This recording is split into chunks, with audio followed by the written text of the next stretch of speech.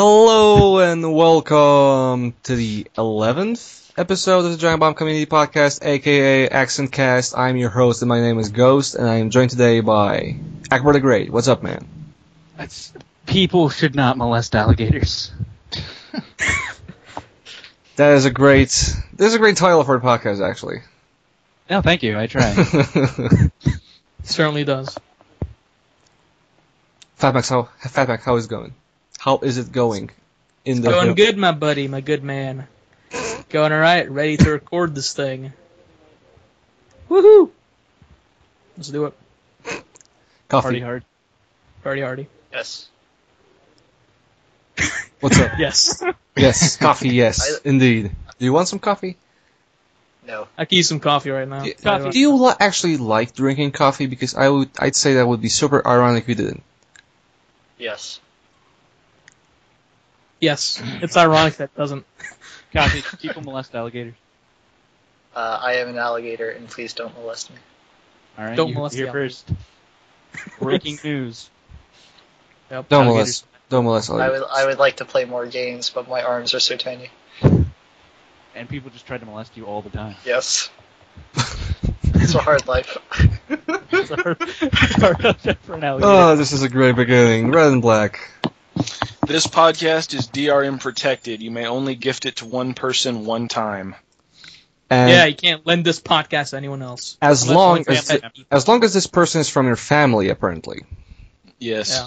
This podcast will be taking DNA samples after the show to Yep. prove that you are related to this person. Yeah. Yep. So, believer, be afraid. Of what? No believer. You gotta believe. Alligator molestation or DRM? Both. Both. Do you live in Actually- Florida? actually Because is if no you live long- in Florida. Nope.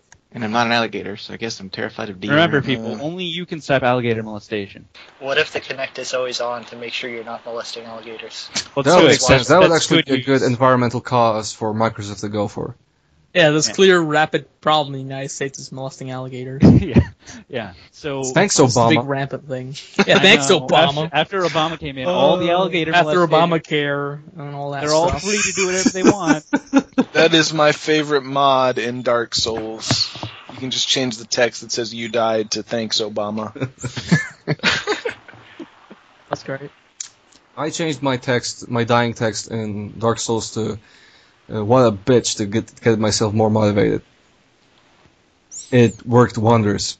I got real mad anytime that message popped up. Besides, believer, it's not DRM, it's DNA. It's DNA RM. Okay. Yeah, I wonder DNA if rights if management. we were actually going to, like, gonna get every copy is going to be like registered to your Palm. It's going to get to that point. So it's, I would be fine with that if I could just use my Palm to then sign in. Like if I wouldn't have to keep going through username and password for I don't know, every fucking Kinect has to device. see your face first and then. Why not? If I get really close to Connect, can it just do like retinal scanning? If I get really close to Connect, can we go out? Yeah, if you get a social rank up a bit, then you can go out. Whatever. Connect probably listens Oh to me. my about God. as Usual girlfriends listen to me. So. Yeah. Akbar, fuck you. I just saw the alligator girl, and I'm not going to saw the gator guy. Jesus H. Christ. This podcast is over. It's over. Thanks for listening, and be back Oh. next You guys week. Come on. know what I have to deal with on a daily basis here in Florida. Who cares about E3 when you can go molest alligators? Still can. Actually, you know, So games. Fatmac, next year at E3 is going to be in Miami, and they're actually going to have alligators instead of babes. You're gonna announce Croc 4 or whatever. Well, Rock Crazy 3. alligator molester is going to be at the Croc. Ubisoft yeah. conference. That's actually, you're all wrong. You see, the Kinect is really going to be for alligator molestation simulations in the future. Oh boy, while we're at can't it, wait was to there date alligators. 3? God, these guys talk about hentai so much. I hate it. Now we're back to bestiality. So there you go. Yeah, that's a bestiality. Hey, they had So what in they case wished you were for, right? offended last time, I hope you weren't offended by bestiality and alligator molestation. We are, people to be clear. If We you should. have your own alligator molestation Weaver, stories, what you did can you send ask? it to us. Molest cast. Believer, what did you ask just seconds ago? Was there a Croc 3? No, unfortunately there was only Croc 1, which is awesome, and Croc 2, which was shit. I was gonna say. I only ever got to play Croc 2. You don't have to. It's Are there any other Shit. prolific alligator games? Does Gex count? no. That's He has a gecko, not an alligator. Alligators in Far Cry 3 are terrifying. yeah, that's true. Uh, There's alligators in Metal Gear Solid 3, so there you go. Batman Arkham City. Crocodiles, I don't know. No, that was a shark. I hated that part in Arkham City. Yeah. Oh yeah, that was It awesome. wasn't know, tense or Batman anything, it was punched a just shark. super tedious. It was awesome the first time though. Yeah. When you punch- I just got eaten by a shark. What the hell's going on? Once is fine. It's just when you have to go across that stupid lake 3 or 4 or 5 Yeah, that ice times. section Yeah. wasn't all that good. well, then once you get the thing that just lets you like slide across. Pitfall. I just Pitfall, found a of course. website, Crocodile Games, and they have a very badass logo. That's cool. Crocodile game. Like, it's really badass. Here, let me check a Crocodiles website aren't about alligators, video so- games to see where crocodiles and alligators have been. You also don't have alligators in Far Cry 3. It's crocodiles, yeah. Exactly. It's a crocodilian. It's the same thing. No, crocodiles are way Okay. bigger than alligators. Yeah. That's true. No. And they have different snouts. Yeah, and their crocodiles are smarter. But alligators have more armor. And alligators that's generally the have trade-off, yeah. The crocodile is the alligator is a tank. Yeah. And technically an alligator can bite harder than any other crocodile except for the saltwater crocodile. Alligator facts. Alligators can like destroy you a lot easier than most other crocodiles except for the saltwater crocodile. And the saltwater crocodile is like a nightmare. I don't know why it exists. It is a horrible monster that solely exists to kill people. Killing the Don't sheep. molest them. Yeah, don't molest those. They'll bite your head off or whatever. I just want to say this. So Okay. Break it in down. Florida, for alligators, usually what they do is if an alligator is in a pond, they see an alligator in a pond, they usually send a guy to get the alligator out. Or they'll put up a sign that says, "Be careful, there's an alligator in here, just leave it alone," right? I see that on cops a lot. The guys that they hire to get those alligators are some interesting people. They are some, yeah, Interesting people. very. But in Australia, Interesting in what way? They have usually the same number of teeth as fingers. Yep. And they also have a bigger arm than they have anything else on their body. That makes sense. Um, Oh wait, including the dick? yes. Okay. I saw a man get his arm ripped off in an alligator show once. Wow. Like he Ouch. was like, my favorite part is like, this is what you shouldn't do with an alligator. So he does it, and then the alligator grabs him by the arm and starts tearing it off. Did he tear it all the way off? No, he got like decent chunk of it off. It was horrifying at the time, but it's kind of funny thinking back. How at old it. were you when you saw this? I was like 17. Okay. It was So that was like a childhood traumatic experience. no, it wasn't that bad. Okay. Wasn't that bad. Speaking no, of traumatic experiences, the Old Republic. Nice, right? It's not that bad. I don't know. Oh, but the no. free-to-play model is. The play model is For absolutely sure. horrible in that game. What is it? Well, it's like, hey, do you want to play this game for free? That's great. Level 10. Then, do you want to keep playing? You get XP at a slower rate than everyone else. Oh, and purple level items don't drop for you. Oh, and some quest items you can't equip. Oh, and you don't get a mount for 10 levels after everyone else. And what else is there? You don't have full access to the legacy system. You can't customize the appearance of your companions. You can only do certain quests a certain amount every 2 weeks or so. So, like for space missions and stuff, I only think you get 3 a week. Let's see what else. There is almost everything you have to buy. Like you can't get inventory increases without paying for them. You can't get extra hotbars without paying for them. You can't go into raids as often if you're not paying for them. Pretty much, they just say, fine. It's a very passive aggressive free to play model.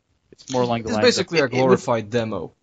exactly. It would be more respective to the customers if they did the World of Warcraft thing where you let them play to like level, I think a certain level or a certain number of 20, I days. believe. It's or 20, 10. and it's kind of set up like that way. It's kind of set up like, okay, you get the base game to level 10, and that would have been fine if they just let me say, here's level 10. If you want to keep going, just pay the monthly fee, and I would have been fine. They're not doing that. They're pretty much They're the not. only thing they're doing is that they're suckering motherfuckers to pay for their game. Do you think that this is a factor because Heavens forbid. for 90% of this People pay game's for your like game. development but and it's design phase that they were not making a free-to-play game, they were making a monthly fee game, No, and then that- at the very end somebody came in and told them, hey guys, the business has changed. Yeah. Well, I can see that, but the stuff that they're putting behind the paywall is stuff that is so like core to the gameplay experience that it's ridiculous that they're even making it free to play at all. Exactly. That's what you treat it. That's the brilliance of it, really, because like WoW is just straight up is a trial. It's 20 level 20, you didn't pay up, motherfucker. Yeah, they can do that Well, because they're WoW. Yeah, but Like, here, They've made all their money of yeah, but subscriptions here it's for like actually 6 much years. Here it's actually Yeah. much smart because they're trying to pull off that it's free to play, right? And it technically is, but like people Barely. can delude themselves that it's like true free to play, and I just need to spend a few bucks to buy myself a new race or something. Like that's the brilliance of it. It's really disgusting that- though. But that's the thing. I can buy the new race, but that doesn't mean I can use it on every class. Exactly. That is the really crappy part. And then there's like 3 tiers. You have your free to play, and then you have your I can't remember the name for it. There's like a premium member where if you've paid any money, you get like so and so many benefits, which really aren't that worth it. And it's stuff like you can chat more, which there's also a chat limit. How much you can talk, you have to pay for. That's just pure Wants to chat disgusting. in a How, moped yeah, anyways. how do you... Is it like by the word or what? It's like you get only one line of like you can chat. You can say one thing every few minutes or something, like every 2 minutes. Better or so. be good. Yeah. Actually, I actually think That's MMOs actually should- an incentive, actually. Yeah, they can benefit from that. Yeah. No, it's horrible. Because how am I supposed to say magic on the LFG. laptop? LFG, need raid. Well, you can't Gold, even do buy that. my gold, whatever. You can't even look for a group because you don't have like premium access. Well, how's the game besides all that terrible free-to-play It stuff? seems like it'd be fun. Seems like it'd be fun, huh? The legacy system stuff sounds really interesting. I think that sounds cool in concept, like having multiple characters and then leveling them all the way, so you can unlock races that usually couldn't be a certain class. So let's say I play a Twi'lek. I think Twi'leks can be. I don't know what their thing is, but it can't be a Twi'lek bounty hunter or something. So if I level up my Twi'lek all the way up or something, and then I don't remember exactly how it works, but in some way I can make a Twi'lek bounty hunter once I've reached like the max level and prestiged or whatever. I'm actually happy that I didn't have $5 to spend to buy myself a Muraloka, so I didn't get deeper into the Old Republic, and I didn't get disappointed. I would play that game if it was just a flat rate. If I just say, hey, pay us $60 and then you just get this game for like a year or so. You can, You right? can't do that anymore? Well, I think you can, but Yeah. not the way I'd like to do it. Because then I think You- it just... Yeah. You can buy the game. You just have to, like, you can buy the $50 or $60 game off the store. You just have to pay like $15 a month. All if you right, want subscription the model. I forgot regular, about yeah. Yeah, and it's like the 60 is like returns to the subscription. I don't really want to be a part of the subscription. Yeah. I just want to play a flat rate and just say like, give me everything in the game. If I'm paying $60 for your free to play game, I should get everything. You know. And then it's like, okay, so $60 will get you like all the other stuff. Then you have to pay another $20 for the expansion. And then you have to pay another like $5 if you want to get the one race, and you got to pay another $10 if you want to get the other race. And let's say you want to buy these other these mounts or whatever, that's another $15. If I'm paying you want to bring back the lifetime subscription. if I'm paying like 60, 70, $80 for a free to play game, I think I deserve everything, you know? If I'm putting down a full Everything. game price, if I'm paying full price for a video game, I want the full video game. How much would it cost if you actually bought like every individual item in the game? I think around $200. Then that's never going to happen for $60. It's never going to happen, but what I'm saying is I'd prefer if I'm paying $60, I want the game, you know? Like a lifetime subscription. You would prefer if you paid less money for games. Gotcha. Yeah. A lifetime subscription actually, I think, is a good idea for MMOs. I think it is too, and I think putting it Like, behind I a wouldn't paywall- personally do it, but I actually got maybe not excited, but I appreciated when Star Trek Online did it, because I felt, that's a good idea. I know It Lord of the backfired Rings because they did went it. free to play, and I just really laughed my ass that's the off thing. when Jeff fucking bought it for no reason. Yeah, But, I know Lord of the Rings did it, and then it went free to play. And it was like $250 for people who paid for a lifetime subscription, and now it's free to play. But with those things, it's like It's they fucked up. pretty much get like a certain amount of their buy accessory bucks every month, and then they can pretty much get everything if they want to, because they paid for the lifetime subscription model. if Now, they want to. If they want to. Yeah, but that's fine. That's cool. That's how Is that it all? works. Is For that all free about the old Republic? play? Yeah, pretty much. I think it'd be a really cool game if they just, because paying like for the monthly fee for what they're giving you, if you're paying for the subscription, isn't worth it. I think. Speaking of other games that could be good, Mass Effect 3, go on. I'm going to shut up for a moment here. Yeah, don't let him get on a rampage about Mass Effect 3 Fuck again. you. I will let him. I'm doing the ultimate playthrough, or the way it's meant to be played playthrough that people were talking about Game of the Year last year, where you put the extra $40 down to play all the DLCs. Oh, you're playing all the DLC again? Okay. Yeah. It's always brought on because I got Citadel, and I was like, I guess I should get Leviathan, just because of some, I don't know, weird, I should just give it a try thing. By the way, regardless or not how you feel about Mass Effect 3's ending, or just in Mass Effect 3 in general, if you still have Mass Effect 3, you should get Citadel. If you like Mass Effect in any way, you should get Citadel, because Citadel is just great. It's fantastic. It is the way that game should have ended, no matter what. And there's a great send-off. I won't go that far, because I kind of don't like the BioWare style of fan service, which is let's make every meme fucking happen for the next 100 years. But I would It isn't like that. I did play it. Oh, you did play I it? think that some of the stuff, like with Well, the party and shit, was a bit over the board. I actually thought the party was really well done. Uh, I think I really like Citadel. They even made fun of Although I will the give overdoneness of the calibrating joke in that DLC, where Yeah. they just said, "Okay, I promise I won't say calibrating anymore." I will give the Mass Effect 3 DLC one thing. I think that it's pretty good. Not plot-wise. No, it's just a Leviathan. good send-off. Leviathan is... No, like all the DLC. Like, Leviathan Yeah. is a piece of shit, but what they do Yeah. with the gameplay and the mission structure is actually pretty cool. The detective stuff was really fun. Yeah, like it's basic shit, but I would really want the core game to actually have that stuff. Yeah. I haven't played Omega yet, but I'm playing through it again, and Omega just pissed me off because of one reason. what's that? The female Turian. Why does that piss you off? My problem... I'm didn't going get to that go on a fucking filibuster here. Don't molest Turians.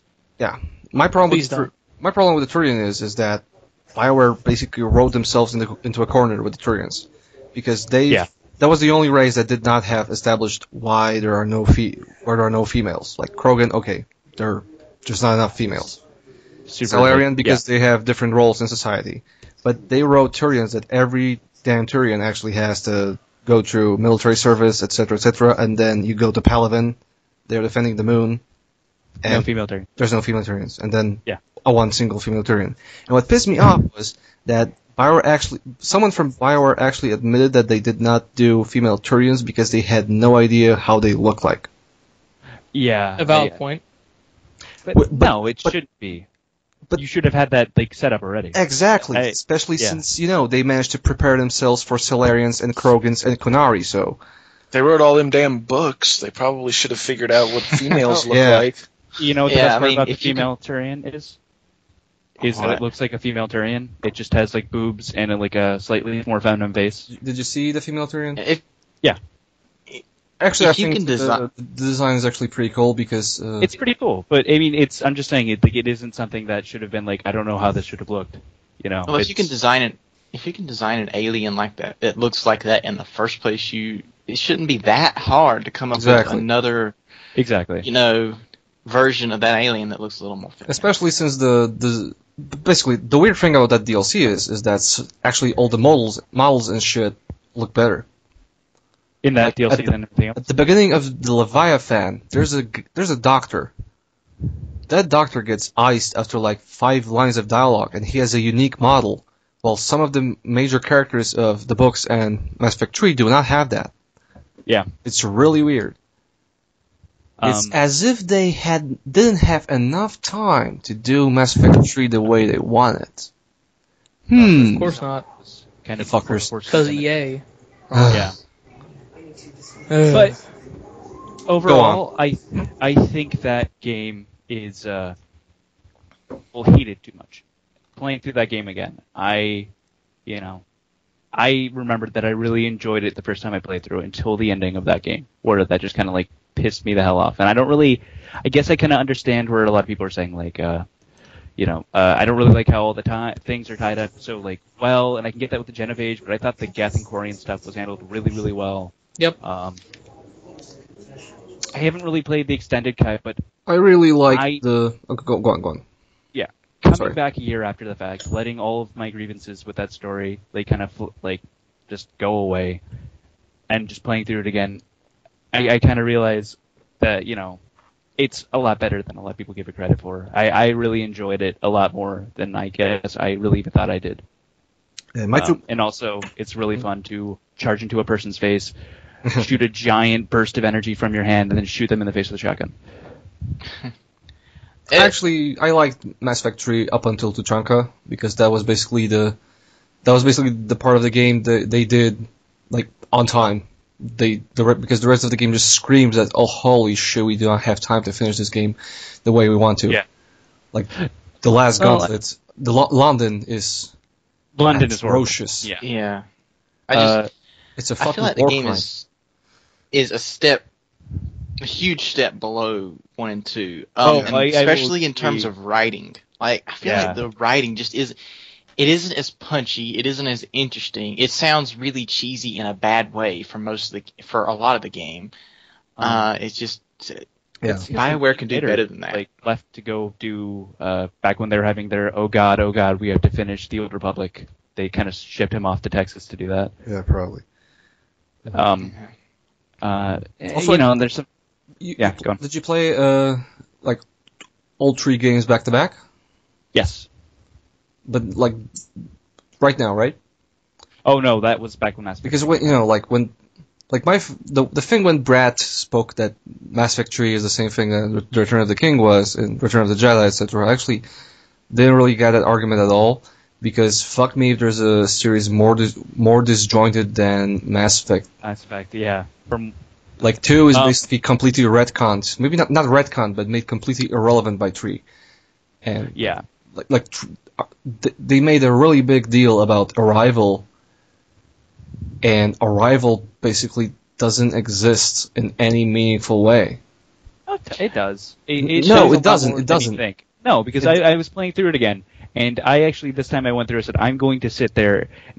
I won't forgive BioWare for this, but they do mention a lot, is that if you just sit there and you listen to the NPCs just kind of like dumbass dialogue where they're just kind of standing in the Citadel for some reason or whatever, or just Alliance Marines on the Normandy, they will bring up Arrival quite a bit. They will say, like, in the very opening of the game, they're like, Shepard, why the hell did you blow up the Batarian? Oh, I'm not talking about that. I'm just saying that they made a big setup about Arrival, that this is the way like Mass Effect 3 begins because of that. And you were supposed to be court-martialed, etc. And this just never happens. It's just like really they just went on when writing Mass Effect 3. Well, that really didn't work out too well. Let's just fuck it. Like you end up or whatever. I have many gripes about the writing in Mass Effect 3, as you have probably noticed. Mass Effect 2 though is kind of even when I played it, it kind of felt like a side story because they didn't mention they mentioned the Reapers, but it was all about the collectors. That's and like it felt like second thing. Yeah, but it doesn't. Yeah. I don't see how they could have. But that's tied that into 3 really well. That's about the best that they could do, and that was what actually kind of made Mass Effect 2 so good. It was that just it kind of had this side feel. You kind of felt like you're on your own and you're just kind of doing your own thing. Like screw the Alliance, you're just a rebel agent. I don't disagree. Yeah, I don't disagree. I think Mass Effect 2 is probably done the best of the 3. Well, because my problem is mostly that they just make a lot of the stuff that happened in 2, like if only Irrelevant. the team building, the team building that happened, just completely irrelevant.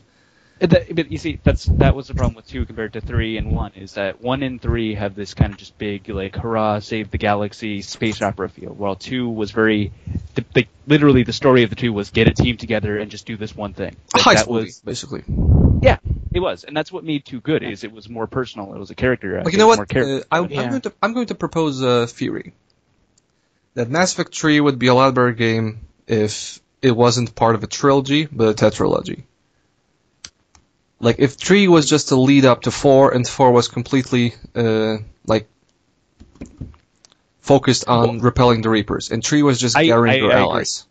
Yeah, that would actually have been really good. Like, where you have, like, you're kind of just set up, like, Yeah. one game where it's just like, everything's going to shit, everything's getting really bad, get everyone you can together real fast. And this 4 is just this, just... Yeah.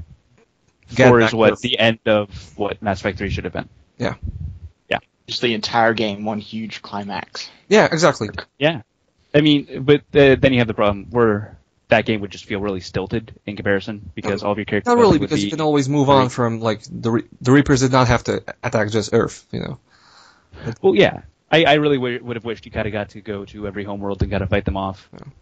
Like, that was one of my gripes, because, you know, like, Yeah. I know It it's just... sucks that like they had hints of like we're going to the Elcor homeworld, like, there's a side mission, and Yeah. you didn't go to that. Like that's very disappointing to You me. just kind of personally. scanned it, yeah.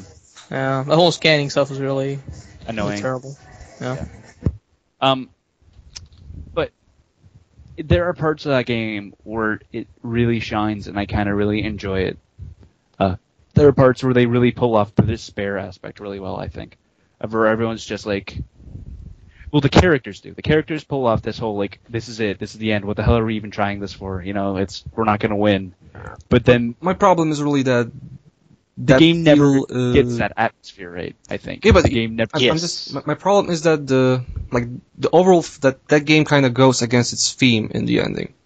Yeah, exactly. Because the point of Mass Effect is that one person is capable of changing the world, and that there is no situation which you cannot pull off without adequate preparation.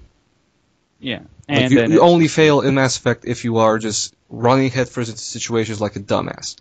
Like, there is nothing impossible. Like, and even if things go to hell, it's always possible to avenge people. Well, like, you see, that was my problem. Sorry, go on. I was going to say, in Mass Effect 1, because I thought that was one of the things that was special about 2, was that most of your team could die if you just completely screwed up. But one also, like Vermeer, you know. Well, Right. yeah, That's a low but point. That's a low point, but you can get out of it, you know. Yeah. And you know, and Rex can die if you're not, if you just completely neglect his quest, etc., etc. If Rex dies, you should reset the game. Yeah. Instead of putting it there. And Yes. like Shepard. like the theme of Mass Effect is basically that one person can change everything. It's not Don't molest the conflict with the Reapers. Is not the Geth. It's not the synthetic human organic conflict. No, it's the theme of hope. And I just don't like that the ending basically tells you it should that have been no, fuck hope you, there's no third option. Hope and despair. It's, you know, like, no matter how Hope dark in times things of seem. despair. Yeah. Well, my major the problem fact was that, you know, that you can always at the end, take a third option, you know. And at the I just end, don't like that the ending just takes, fuck you, there's no third option.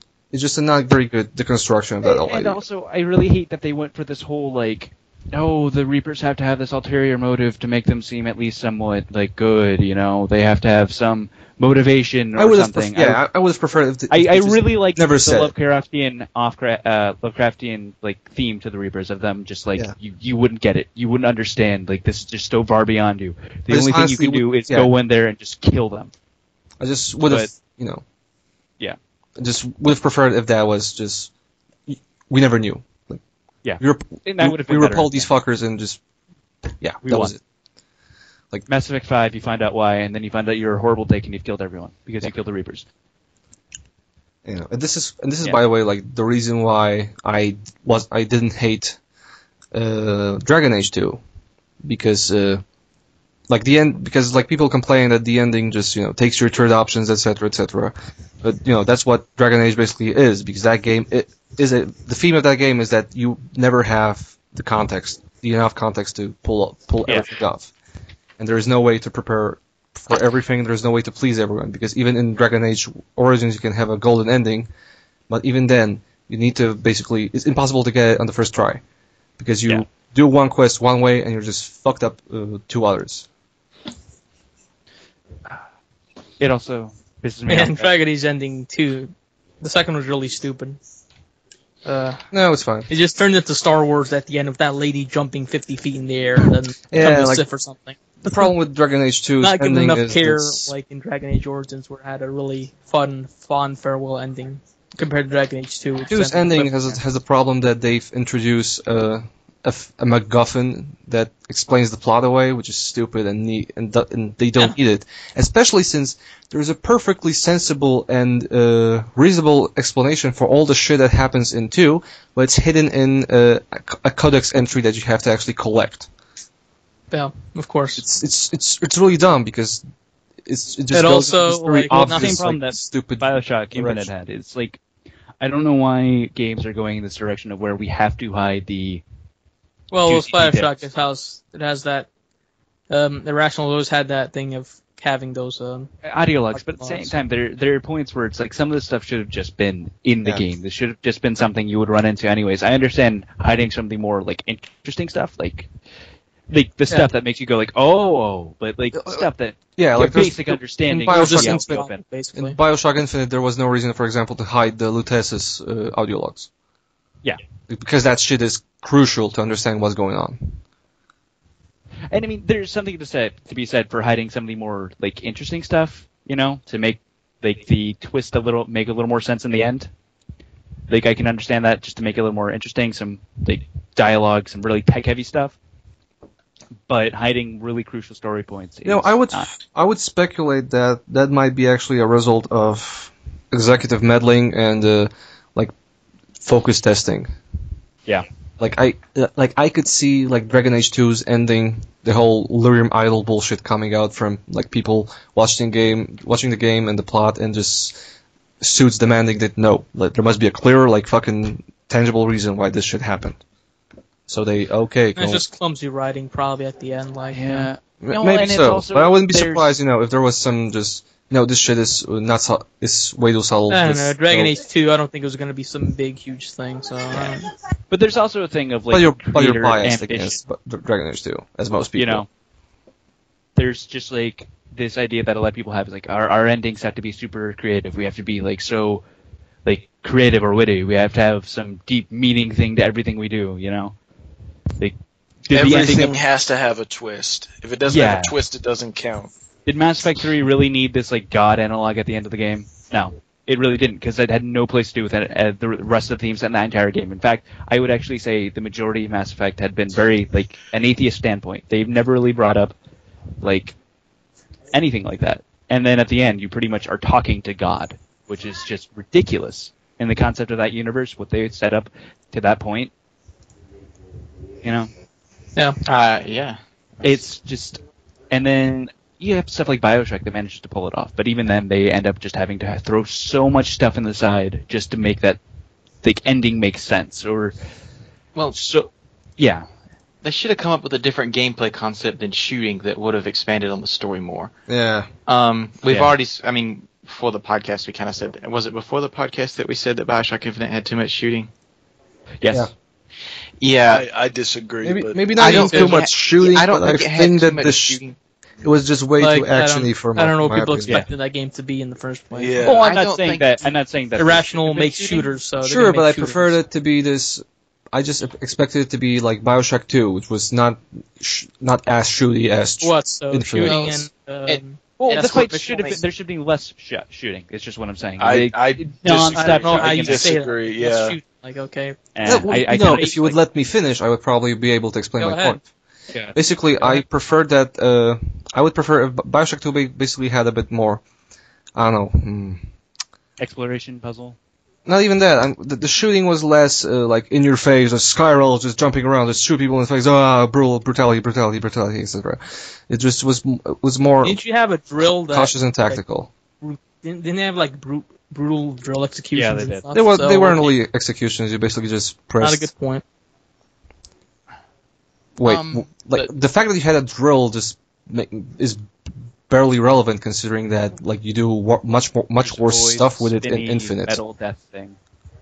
The spinning Well- thing is just way worse than the drill. I'm not trying to take Bioshock Infinite a peg down because of the violence, because it's stupid. The violence had a point. But No, I'm, yeah. I'm mostly talking about the fact that I just would prefer if the combat was less this big show, was less showy, was a bit less of that combat, and was more I constrained. could not disagree with you anymore. They have to. I think the reason most of it is hidden, most of the exposition of the game is hidden in audio logs and stuff, and this is a lot of other games because you have to keep the gameplay moving, and you can't have people talking in your ear and playing the game at the same time for most of the game. And sitting there listening to audio logs could get boring. It's I don't agree because like The Last of Us apparently it's kind of hard to discuss right now, but from what people say, that game is basically running from combat situation to like long passages where nothing happens, you just listen to two people talk. yeah, but that sounds like but fairly also- bad pacing. But at the same But time, probably the thing it about works. Mass Effect. The thing about Mass Effect, no one really cares about. I mean, the shooting's fine, but Yeah. the reason people play Mass Effect is to talk to people. I mean, it's a glorified dating sim, really. Besides, the pacing is not really like what you're talking about. Pacing is when the plot doesn't move, and you can move the plot with talking. By Things talking. happen. Well, I mean, but you if just you don't have- have if to you have like You don't have to be constantly shooting everyone Exactly. to keep the story. I know that. moving the but plot you is not going from shooting gallery to shooting gallery. It's moving I from know plot that. point to but plot you can't- point. You can't have like as much dialogue as Bioshock Infinite would have needed in order to make everything make sense without any audio logs, without having too much plot. I'm just afraid of a developer putting too much plot in one spot in a game. But Bioshock if Infinite. you want, Bioshock Infinite kind of did that. Just I putting that out. Yeah, I well, can't at the spoil end, the at the ending, okay, but, fine. yeah. At the end, that was the Pretty ending. big I was kind of expecting that. But if you run around shooting for an hour and a half, and then you have like an hour's worth of dialogue or something, I guess Metal Gear Solid gets away with it. But I don't. Oh, That just screams of bad pacing between. You have to. I really don't do agree. it. I mean, you could have the talking during the shooting. That's one of the things that really annoyed me about Bioshock. Is like once the action started, like everyone just kind of stopped. Everyone just kind of got into like combat ready. There was no yelling Exactly. between like Yeah, but Booker and it's Elizabeth. distracting. Really. Like Bioshock Infinite was not as strong as when you were shooting people in the face. It was as strong as when you just were walking down the boardwalk with Elizabeth. Yeah. I was just super pissed off that this is a minimal part of the game. It's kind of barely there. Shooting was The fun. shooting was awesome. Shooting is really good in that game. The combat is fantastic in it. Yeah, I I'm just think that it was just not the thing I was more levity, looking and it should for. have been a little more story heavy in that in design. I think. Like, because that part when you're walking down the beach with Elizabeth, I expected more of that. Yeah. Yeah, more of Like, that. walk to a coffee shop or something with her and just listen to her just pester people, ask Booker to buy her ice cream and shit, and it never happened. That really pissed me off that I couldn't buy her ice cream. A different and quieter gameplay conceit would have done that Yeah. game Yeah. a lot of good, and especially as far as expanding the story. Yeah. Audio. Which is why I believe that the combat would work better if it was more sparse, because it would be more shocking and more exciting in my opinion. Yeah. I could not disagree with any. I think You if they already was- said that. I know. Besides, I'm you could just- disagree with me if I was in a cosplay costume. Yes, I could. That is Well, he true. is a cosplay customer. Who's that? Ghosts. No, Don't molest ghosts. it's Fat Mac. I honestly think though the combat would have worked a lot better if they did it more like Bioshock 1 style, where as opposed to having just waves of enemies being thrown at you as you walk into an area. If there's like 2 or 3 in a room, or then you're walking up and one just kind of hits you in the back. They were kind of more just in separate areas, just in a big room, like more of a open worldy setting. You could That hold you all The the point guns. of that combat was to use the environment to your advantage. You were supposed to drop the cover out of the sky and jump onto the sky hook and fly around. You're supposed to make use of this great big open space. That was the key of it. It wasn't but about the problem ducking is behind that corners. it's Yeah, not it's enough. like there are different areas to, there's combat designers and, artists and writers.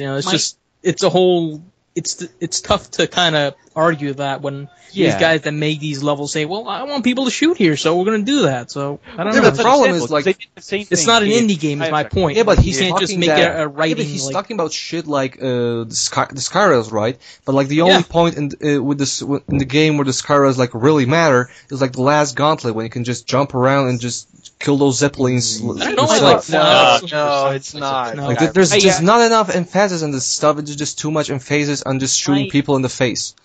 My major and not enough on crazy action. Every time I walked into an area where there was going to be a fight, I could tell there was going to be a fight. That was my big problem. I walked into a room and I said, "This is a combat arena," and I didn't like that. They should have avoided that. You see, I think the best was the not the boardwalk, but the little city thing you go to with the gift shop and everything. Yeah, that was set up really well. I think that is the best combat scenario in that entire game, because you have this really large area and enemies are coming from various directions, and you're just riding around. Some are snipers on a rooftop, some are just running around on the ground, and they're all just spread out across this entire. Exactly. I would just prefer if you were moving during the combat. See, but by saying that, and not just locked into a big arena and there are snipers everywhere, and you just have to run around and throw this on the Skyrail from one point to another. I would just prefer it was always forward. Yeah. But you're not supposed to walk into that area and be like, oh crap, now I have to shoot. You're supposed to walk into it and feel like, oh good, now I get a chance to play with all these cool toys. But the problem is that's why I did, because the only thing I really needed were like 2 plasmids. But that's my exact problem with that. I don't feel like I should have felt like that. I shouldn't feel like, oh boy, I can't wait to go on the Skyrails and shoot all these guys. I should feel like, oh, this is a cool looking area, and like, oh crap, there are enemies. Better get on the Skyrail, because that is the best defensive at this position. At this point. I think you missed a lot of the point of playing that game. Like the point of the actual, like there's the story, and that's really great. But the point of the actual playing the game that you're doing is only shooting. Yes, you're supposed to have all these toys to play with. Exactly, but that should fit the story. You know, that is the thing. Storytelling medium. The story shouldn't be set around the gameplay. The gameplay should be set around the story. Then if that's what you want, then go read a book. I don't think Irrational agrees with you. Yeah, if that's what you want, go read a book. You can't just say that. Like, that's a stupid argument. If that's what you should read a book. It's really that is what you should want. If all you want to do is be told a story, then go read a book. I understand its point of expecting more from games, but I don't think Bioshock Infinite should be that thing.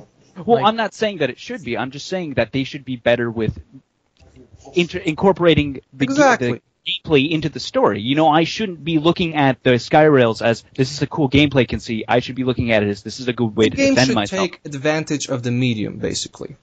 The story should take advantage of the medium. I do believe that gameplay should come first over the story, but I think that if they're making all this hula about having this entire world, they should actually use that world to like have just some meaningful gameplay stuff in it. And not just shoot people in the face. I would argue that they did use that world in the context of shooting dudes in the face. How? Because you have this Elizabeth who has this great, telekinetic power to like summon in cover and like summon in new weapons and ammo and all this other stuff. You have the Skyline thing that's this future like over-tech stuff. It's just not open-ended enough as it was shown in the No, it's not an open-world game. You're right. My problem is that it feels too I'm much not like saying it's an open-world game. Just don't twist my words. I'm saying that all that gameplay stuff with Elizabeth is just not open-ended enough. It's just way too much. Just go in and just... It's not really different from issuing squad commands that amount to just go to cover. Instead of go to cover, I go to give me cover here so I can run there and then I can run somewhere else. Like I think that the gameplay is just way too shallow. I don't think you were playing. I did not see it as shallow at all. Are you saying that it was really transparent that the game developers set up a spot for story and set up a spot for gameplay? Yes, that's kind of jarring. At the same time, the gameplay is so fun. Yeah, and it's fun, and the world is so well realized that it didn't bother me much while playing it. Yeah, I think the concept of the combat is great. I think the skyhook stuff is awesome. The plasmas are really well done. The guns could have been a little better, but my problem is like what you're saying. It was too split up. I could walk into an area and say, okay, I have to shoot people here. And then I could walk into an area and say, okay, I'm going to talk to Elizabeth here. You could do the same thing. You could say the same thing about Mass Effect, though. Well, I agree. You could say the same thing about so many other games. Yeah. Yes, but very few. I think really games need to get past that. Put the volume down a little. Mine. 38.3588. Who is watching TV? I was doing math. 288818. Brought this conversation to a grinding halt. Who is watching TV? We're having a discussion, a hot-blooded discussion right here. Exactly. I'm about to punch math shit. I'm about to punch Red and Black's avatar in the face. Man, I bet you cosplay on the weekends. I bet you all molest alligators. Whatever, man. If you molested an alligator, I'd have some kind of respect for you. That would be fucking terrifying. Move on. We should. So let's go. Probably move on. Let's go to Star Trek Online. Star Trek Online. Since I believe that Fat Meg and you, Akbar, wanted to talk about it a bit. Stephen Jacobson, the great Gorn captain. Shirtless, I might add. I didn't get into as far into Star Trek Online as I had hoped I would. People probably don't know. I was going for this weird, like, I'm going to play both contesting sci-fi MMOs just to see what they're like. I played a bit into Star Trek Online. I got to the point where you get a ship, but my computer makes it look like a Half-Life 1. So Half-Life 1's pretty cool. Yeah, that game's pretty cool. All right.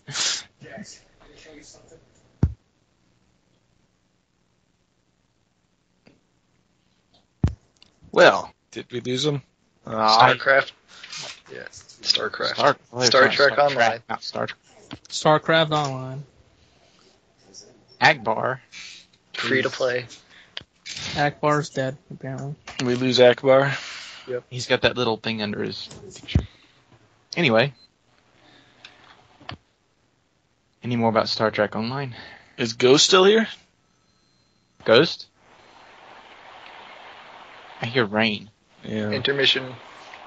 He did say there was a thunderstorm outside his house. Oh, he also says BRB. Oh, okay. He might just have stepped out for a minute.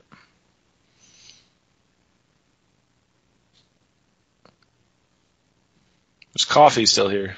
I'm still here. Fat Mac's still here, but he's on mute. I'm here. Oh. Yeah. Alright, so moving on to a different game for a minute. While we're waiting, I guess I'll plug in my computer and get my battery life back. Alright, well, we're just gonna chop this part out. Yeah. Edit it out. I don't know. Can I get him, bring him back in?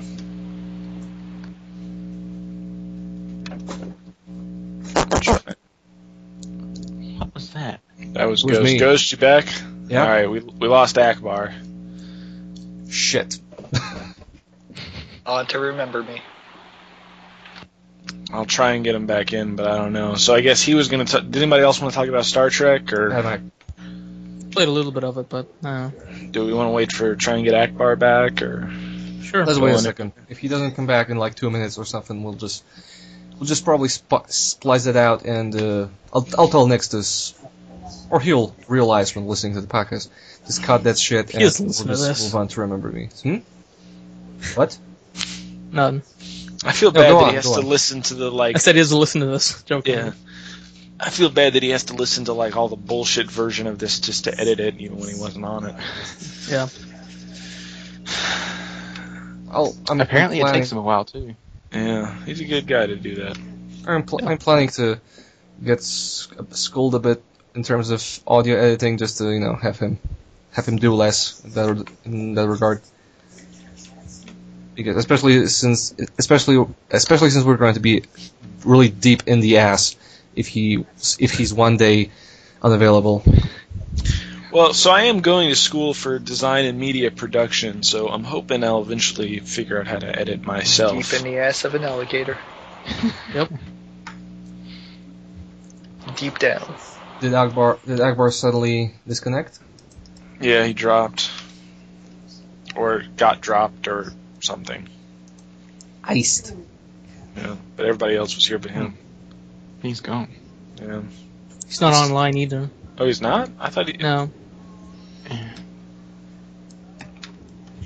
It says he's online for me. Not for me. Oh. Not for me. Someone's laughing apparently. Seriously? What? He's in my window. Yeah, it says he's online. I don't know, not for me. Maybe he wrote something in the doc or something.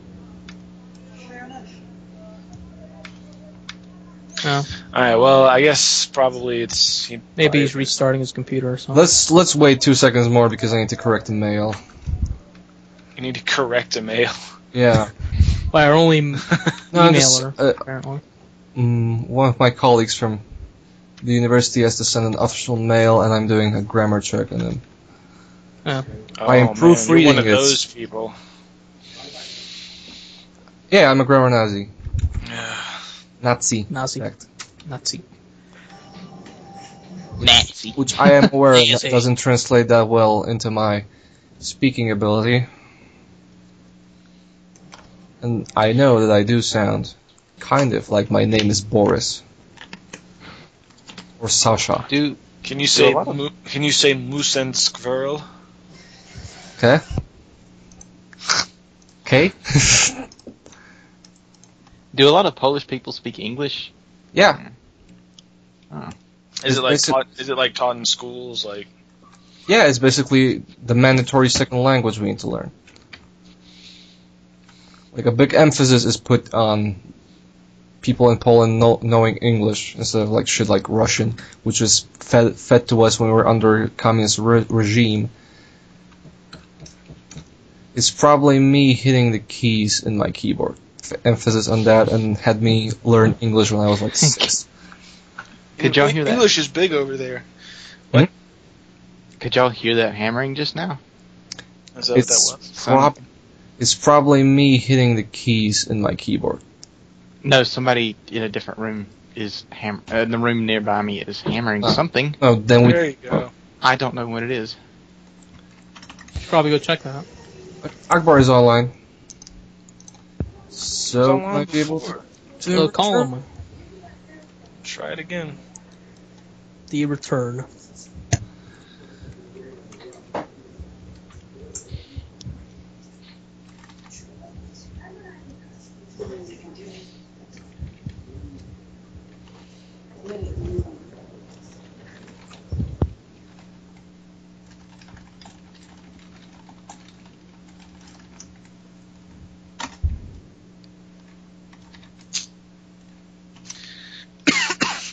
Any of you guys like Formula One?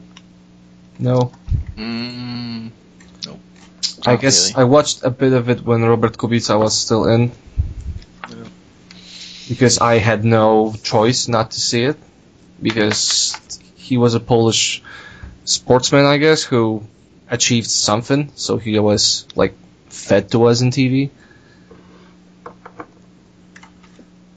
But why? Why do you guys? It's just on, and I'm just watching it while we're waiting. I will wait a bit. Well, yeah, I think we should just start and continue with Remember Me if you know. Akbar doesn't get in. Yeah. Do you think Akbar will remember us when he comes back? He's just like forgetting Akbar and moving on to Remember Me. Okay, that's the line I'm gonna use. Like, forget Akbar. Forget Akbar, remember me. That's an awesome segue. I'm gonna use that. Alright.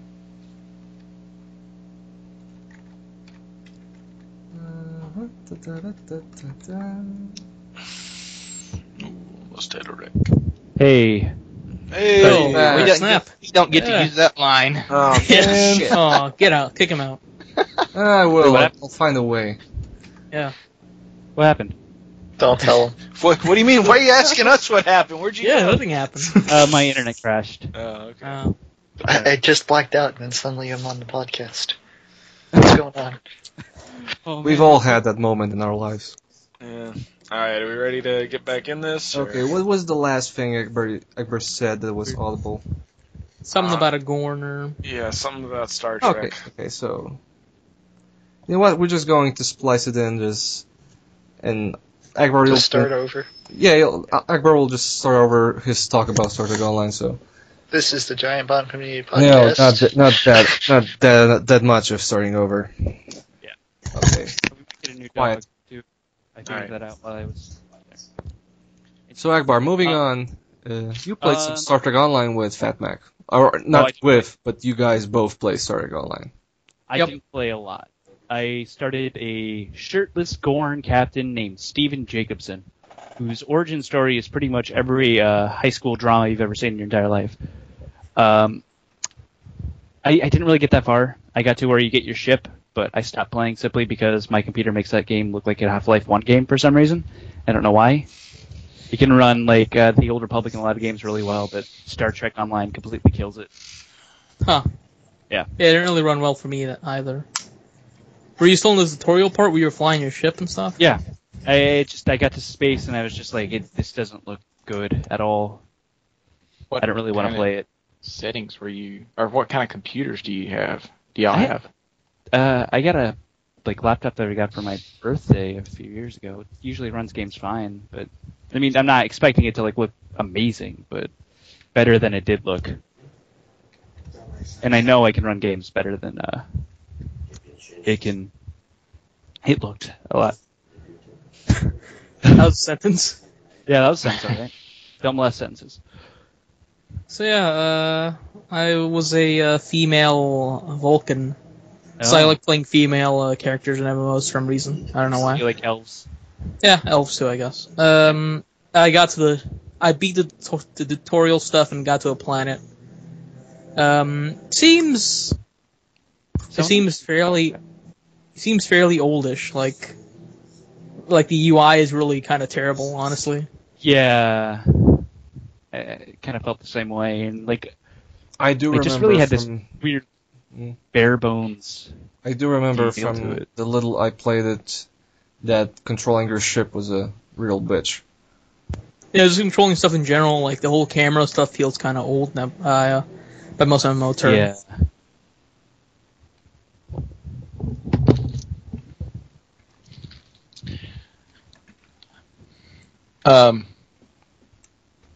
How does it play? Like, is it just a regular MMO, push buttons? Pretty much every push MMO hotkeys. I've ever played. But you do shoot stuff from third person. Yes, there's a bit of a third-person shooter feel to it, but Oh, is it like Phantasy Star? Like, what was it? Was that the game Jeff played that was a third-person shooter MMO-ish thing? Phantasy Star Online 2. Yeah. Yep, that sounds like Star Trek. Yeah, it's Star Trek. I just have Beam me one up. question before we move on. Which part of the continuity is it in? Because I played a little of it and just never paid attention to it, and just wondered. It's like not J.J. Abrams' universe. Yeah, but is it like around Enterprise or around the original series or the Next Generation? It's the furthest the universe goes so far. It's like the ongoing. So post Voyager, right? Yeah. Yeah. So, I think it's in the movie universe because they mentioned that Vulcan was destroyed. because Vulcan was destroyed in the The original movies. universe, and then the separate universe. Yeah. Yeah, so it's around there. They mentioned that stuff in the intro. All right. Yeah. It's so fine. much, It's kind of old. I wouldn't recommend people to play because it does feel sluggish. It just You should play Neverwinter because the same company that they made that game that Star Trek made, and that was way better than Star Trek. Yeah. It has a lot better combat. Feels nicer. Looks better. For sure. Yeah. Speaking of whatever. Metro Last Light. Oh yeah, that's a game. Yeah. That game is really good. Yeah. Everyone should play that game, I think. Yeah. It kind of fits into what I was saying with Bioshock. I mean, there's a bit of shooting, but a lot of the shooting is it isn't mandatory. You can pretty much run by every enemy in the game, and it's all it fits very well in this like very dark, depressing, and overbearing universe that the Metro series is set in, and it's just phenomenal. I don't know. I really, really enjoyed that game. It looks gorgeous. It looks really pretty too. And it's Are you basically playing like Metro? Are you playing on PC? I was actually playing on 360 and it looked fine. Oh, okay. Yeah. yeah, Yeah, it is is it- pretty well optimized on PC. Is the shooting a lot better? I know Patrick said a lot that the shooting It was is a lot better. It is a but- lot is a better. lot It is a lot better. Yeah, because I haven't beat the first one. It's also 2033 yet. the stealth is also much better. Yeah. The game is- I don't like- The game basically Much- takes everything from like the mechanics of Metro 2033 and just does a lot better job doing it. but it is a lot easier. That's probably one of my bigger problems with that game. Yeah. Is Metro 33, which is pretty hard, and if you messed up, like, you're screwed. Yeah, but in this game you can come out pretty easy most of the time. yeah, but a lot of the difficulty of Metro 2033 really came from the fact that the gameplay was kind of janky. Yeah, it was pretty terrible, honestly. Maybe I don't think it was downright terrible all the time. I don't know, just the guns and the whole shooting didn't really feel satisfying to me in general. It wasn't like bad, but just like it was kind of stiff. I had fun. I thought it was I had fun loose. as long as I didn't try to stealth that game. Oh Yeah. God, I know. Yeah, I've seen people say that game was too easy, and I think if you had that Ranger mode thing on, it'd feel a lot better. But I'm not going to pay the $5 to get it. hey, how about that? That's crazy. It's stupid. It's ridiculous, especially if it's like their way it's meant to be played setting. It does seem like one of the worst kind of pre-ordered DLC It's bonuses stupid, in memory. Stupid, but it's also justified. Well, I mean, like I understand if you read the thing, this like retailers won't like give your game any press unless you give them a. Like they landed in a situation when due to THQ basically. Yeah. They could have just made like a really crappy gun and just throw that in. Like, oh, here's a different colored AK-47 model. Yeah, but it shoots tractor bullets. They would probably do that if they got acquired by Deep Silver a lot earlier. Yeah, because that's actually time and cash spent to like create a model that works differently and shit. So like the thing is, it's going to come out as just paid DLC that you can get anyway, because this stuff always does that. Like the Batman costumes did that. Like it's going to come out eventually. No, it's already out. It came out with the game. And I know, but I mean, but if you pre-ordered it though, right? Yeah. I'm saying if you didn't pre-order No, it's out. Like, you can just buy it? Okay. Yeah, you can just buy it right now, but that's the problem, is that you can just buy it. When a lot of that game is kind of cringed upon that gameplay mode. I would say there's as much cringe around that. Like just I don't know. Because a lot of the stuff they say about the game is like, oh, it's the way that this game is meant to be played. True fans of the series really play it on this mode, all that crap. If you're saying that, it's core to the gameplay. You know, maybe I enjoyed my time. I enjoy my time with Metro Last Light. Played it. I really enjoyed my time. I just think that should have been in it. Sure, but as I said, it's kind of a situation that's off the hands of the developer. Yeah. At this point, like, it's I will say it's a shitty era we live in. Yeah, it is. DNR. Fuck video games. I'll go read books. DNARM. Yeah. DNARM is watching. We should copyright that before Microsoft gets it. Yeah, we should, just if only for that.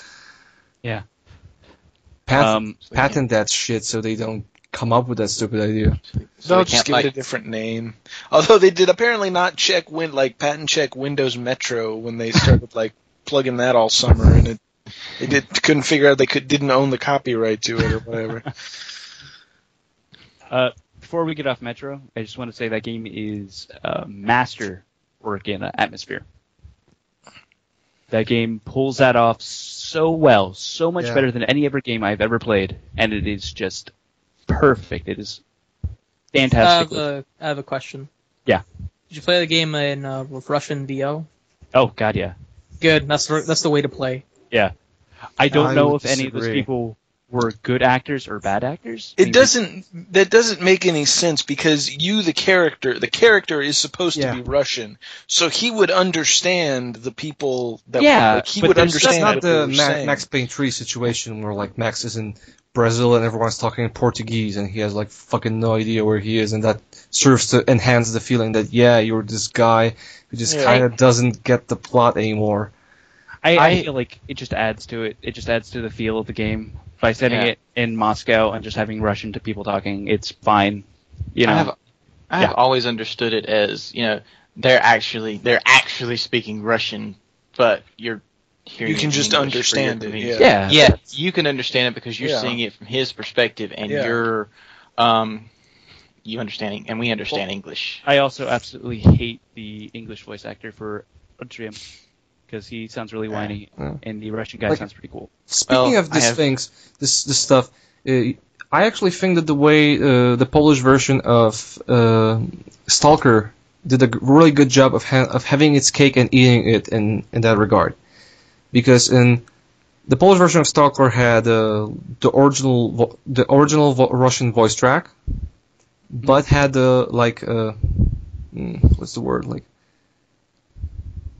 Subtitles? It had Polish subtitles, but it also had when you have some movies in Poland get overdubbed with a single guy who reads them, like a reader, like a narrator, a speaker, and he would simply say that stuff, and he would simply would be overdubbed around over the stuff in Russian, but you would hear both voice tracks. Only the Russian would be kind of muted, and it actually worked really well to give it a good documentary feel, perhaps. But it's just one voice actor for all the characters? You know what? I'm just going to post the video and let you see how it works.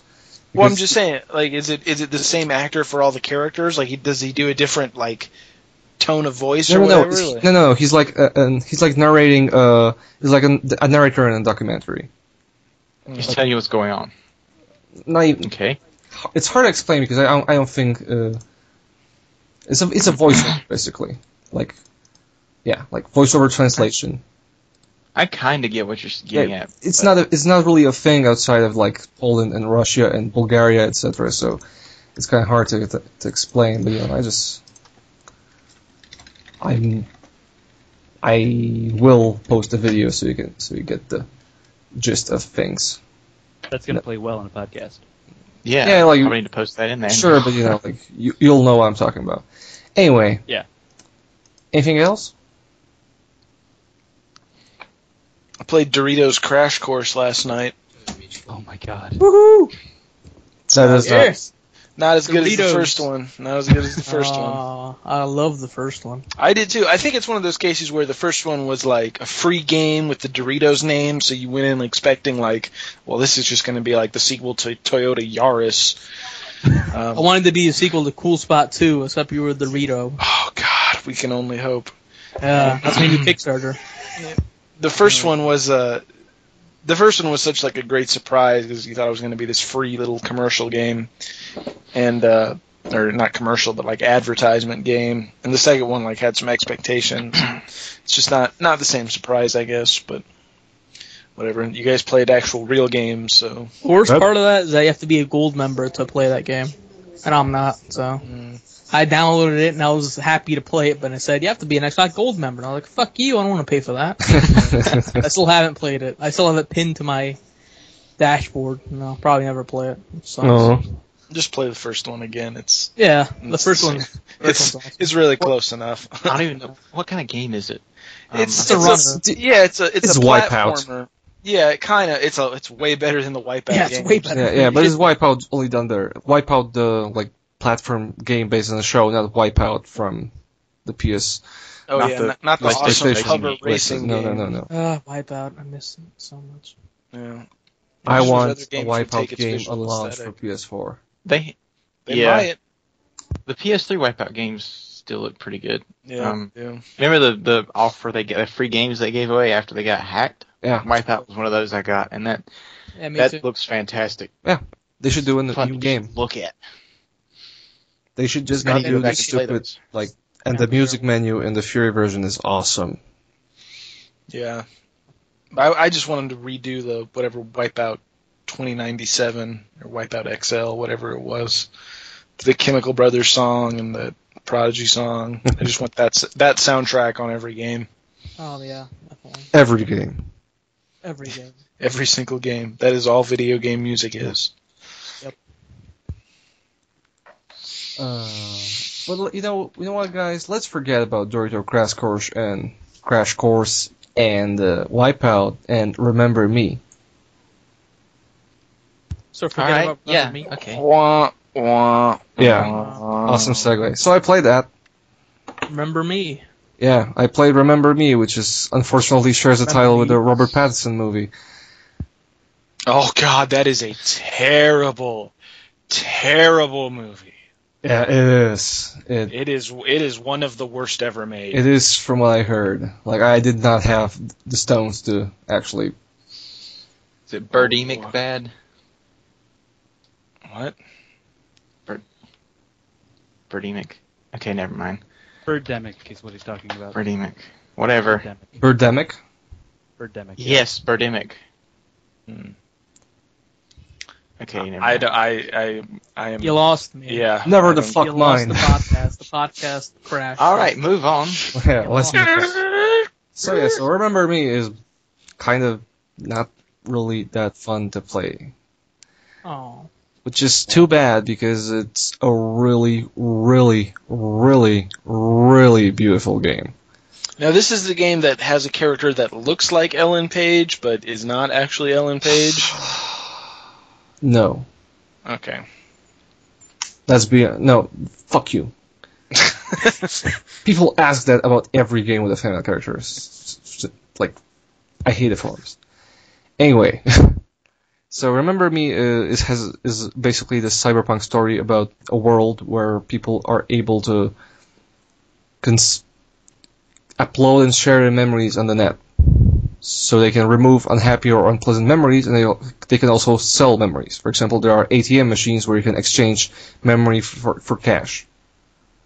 So you can, for example, give the machine like a positive one, for example, a first kiss, and get cash for it, and vice versa. You can buy a first kiss if you have never enjoyed that. So that's a pretty cool. Finally. Can I then go into the In Time universe and trade money for memories and then memories for time? That's the sequel. Okay, good. In Time, Remember Me crossover that you wanted so badly. Justin Timberlake. I actually liked In Time. Book it. It was okay. Can I pay? God, that bank robbery scene was really stupid in hindsight. They're stealing time. Yeah. They're stealing They're time. stealing time and giving it back to the people. Well, I did like the idea of gambling with time, like with your actual life force. That was actually pretty cool. Sure. Yeah. I like the rich people. Anyway, They don't come so from money, they the come thing from- Remember Me has going on. To have sex? Can I pay to have the memories of sex? Sure. You're no longer a virgin, Akbar.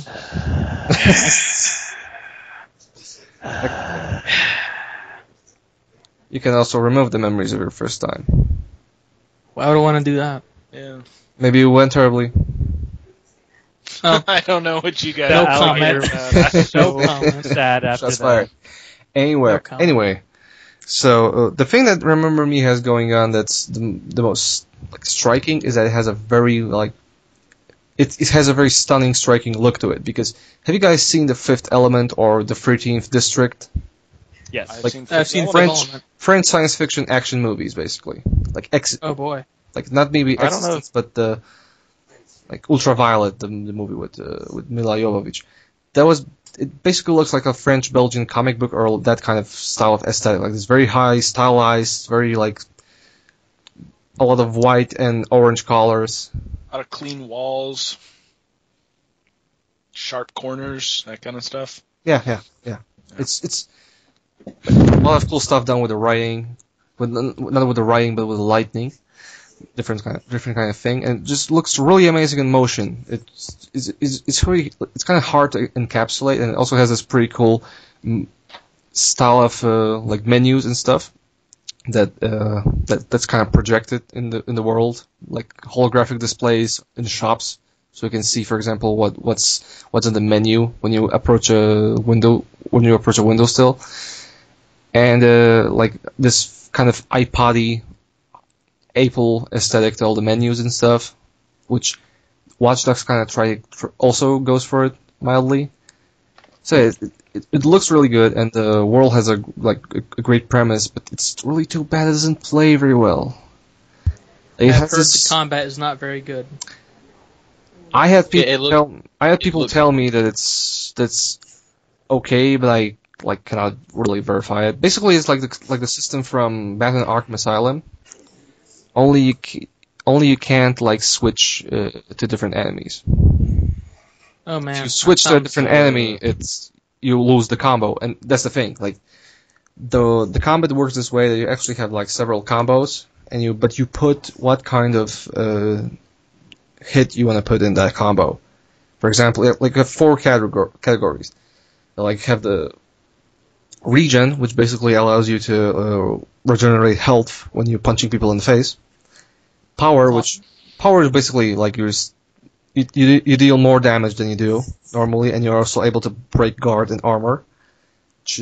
chain, which duplicates and doubles all a previous move, and cooldown, which allows you to erase some portion of the cooldown for your special abilities, because you also have several special abilities. Like, for example, all your hits, like you remove the combo. For example, one of the abilities, special abilities you get is that you completely remove the combo system, and you can just mash X and Y, so you can be faster and more powerful, or you can make one of the enemies a bomb, like a mental bomb, etc., etc. Like Virulent Walking Bomb. Yeah. Dragon Age. Yeah. How big is the bomb? It actually has a pretty big radius. Also, it's a mental bomb. Oh, okay. Digression. Okay. There's a really cool thing they do with finishers. Basically, you can finish some of the human enemies by overloading their brains.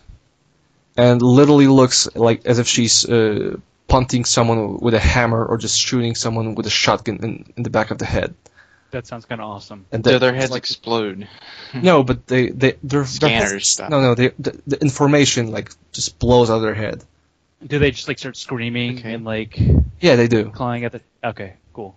Just scream, and like you have like this big burst of what looks like information, like their memories and information just blast out of their head. It just looks really awesome. And That's super twisted.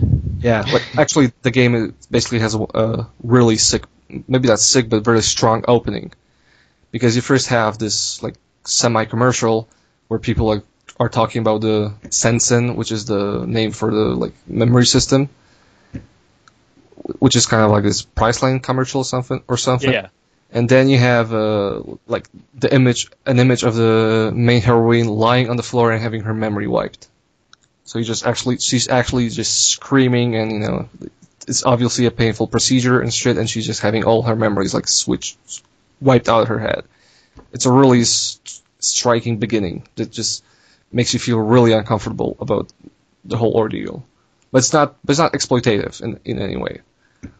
It's not it's not portraying a woman in a vulnerable situation. It's just purely fucked up.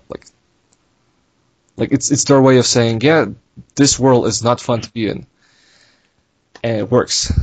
Yeah, but all right. Going back to the combat system, so you put these types of hits in the combo, and the further in the combo it is, the more damage, the better the effect is. So your aim is to just put the most powerful stuff on the end for example, 6-hit combo, and go from there. But the problem is the combat is just a bit way too hectic to accommodate for that style of play.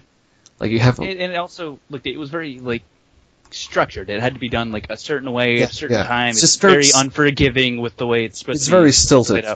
It's not like Dark Souls when you have to actually like. There's consequence to every hit you do. Like you have that momentum with the swing, and you can't just cancel out of it. No, it's more with the fact that it's all just very stilted, and you just never really get the rhythm that you would require to do it. And you don't really have enough abilities to like guard yourself from enemies because you can only dodge. Yeah. You don't have a counter. So it's not like you can plant yourself like in Batman and just counter everyone and just to get your bearings or stun someone. You just have to always you only can attack, maybe dodge in the direction of the enemy you're facing, and punch again and just dodge again and punch, dodge, and it's just it's not really it's way too stilted, not really fun, especially since there are types of enemies that basically they launch into the ceiling, into the wall, and they jump on you, and the camera doesn't really do a good enough job of always showing you where those fuckers are. So you'll often find yourself just getting your combo ruined just because you didn't anticipate that just some asshole is going to jump from behind. So you just you have to manage that because, for example, you get a gun that's not a gun. Like it deals, it's this weird cyber fucking thing that you use to solve puzzles in the environment, whatever, and you can use that to make them fall off from the walls, but you also have to watch out for people attacking you. It's just really janky and stilted. Like if that was more free form, it was probably a lot of fun. But at its current form, it's not, which is a real shame because the game has a cool enough aesthetic and story, and like the ideas it uses are really great. It just sort of really too bad it's not more fun to play. It's just a shame to hear that a new IP with a strong female protagonist She's kind of fails in the gameplay. She's actually pretty cool. She's actually pretty like. I feel like you could put an again at the end of that sentence because that seems to happen a lot. Yeah. Mirror's Edge comes to mind. Yeah. But that game Mirror's Edge did not have a protagonist. I played the demo of that. Not strong, but just like it seems pretty fun. It's just that I hear the story isn't particularly amazing. The story? And plus, some people don't seem to be able to play Mirror's Edge just because they can't. Mirror's Edge has a pretty bad story, so. But the thing with Mirror's Edge is that Faith is not a strong female character. She's not a strong female character at all. She has a strong design, but she's not, she's not a memorable character. And Nilin, because that's the stupid name of main character of Remember Me, actually is a pretty cool character in her role. Like she has some fun stuff with how she's trying. Basically, since she has amnesia at the beginning of the game, as I said, so she has like very interesting moral qualms about what she's doing, because she's basically thrown into the action and like reintroduced to her past in a way from the start, from the outset. There's no just prolonged moment in the prologue when you just try to get in the world. No, you just trust in like your former boss just calls you, called Edge, and he explains. Is he the wrestler and Edge? he explains he explains no, not the wrestler Edge. It's Tim Langdell. Tim Langdell is your cohort in this one. But yeah, basically Edge like phones you and explains all the shit that's going on. So you're trust into action from the outset, and she's really kind of excited about getting revenge, but then just all the moral implications of that just grow into her. So she's actually a pretty cool character. And is there a lot of platforming stuff in it? And I'm not talking about the Uncharted bullcrap where you just slide along walls. I mean like actual it's pretty much just platforming or free running and stuff like that. No, it's pretty much just the Uncharted stuff. I feel like the gameplay could be a lot more interesting if they would have done that. Yeah. And you have like a Mirror's Edge-ish in third person running around. I forgot because you have these sequences where you remix a person's memory. Like for example, one of the first thing, the tutorial part of it is when a famed hunter attacks you, and you just simply get into her head and the basic plot of that memory sequence is that she's trying to give her positive memories to her husband, who is suffering from some sort of memory addiction, whatever. It's hard to explain. And he's in a catatonic almost state. I'm sorry, memory addiction? Yeah. I can stop anytime I want. I can stop remembering whenever I want? I can stop remembering. You don't have to tell me. They simply, okay, I'll explain that too. So basically, in this world, there's some sort of mutant, perhaps. Those people are basically the people who have degenerated due to the amount of memories they try to absorb. And that's what's happening with her husband. So they basically have no personality of their own at this point, because they've wiped it with having too much of other people's shit in their head, and they're just degenerated into this primal state. Also physically. They're just ruined bodies and shit. And her husband is like that's that. What happens to me when I do my things. I got all this work to do. And I end up just like killing a bunch of mammoths out in the wilderness. And that's what happens with her husband. And it turns out that the procedure that she's taking part with is very expensive, and then an ad pops up that there's a bounty on your head. And what you have to do is remix the memory in such a way by basically rewinding it back and forth and changing small elements into it. Like, for example, taking off the anesthetic mask her husband has, or unlocking his wrist, or it's kind or changing the pill the doctor serves him. And it's actually kind of funny because you can actually fuck up during that memory.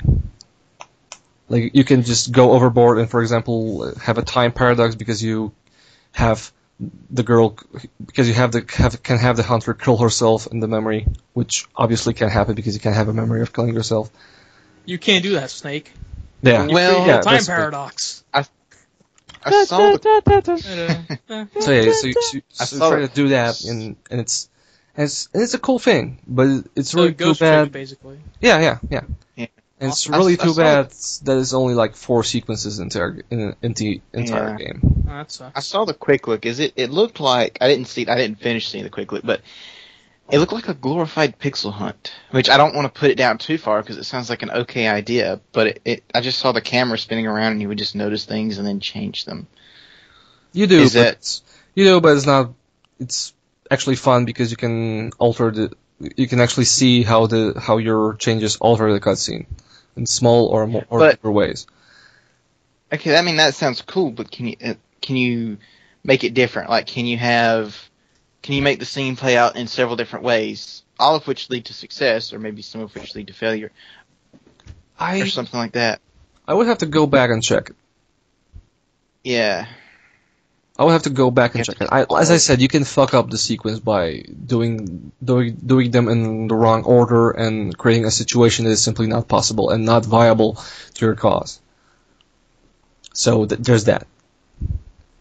There's also a lot of plot holes coming there because then what about the memories that come afterwards? I mean, I'm not saying that it sounds like a bad concept, and I don't mean to say plot holes, but alright, so you change that woman's memories. What does she remember between the time you changed her memories and getting there? Like, all of a sudden, her motivations for doing what she's doing are either not there or completely different. I'll explain it on the example. Actually, the first example is pretty good because it has a good justification for what's happening. So basically, she's hunting you because she's trying to get money. Because you once were a famed memory hunter yourself, and after you alter her memory, in which the doctor actually kills her husband, she has her motivation changes that she actually wants to fight this entire Sensen regime, and she was hunting you to help to just find you and help you get shit done, basically. So it actually is pretty good about not inducing too much plot holes. There's one thing around the ending that's left unaddressed, but I don't know.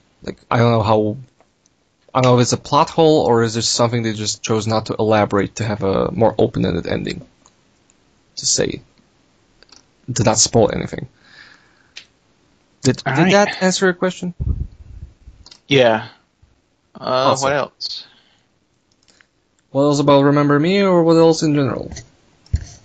I don't know. Did you play anything else? No.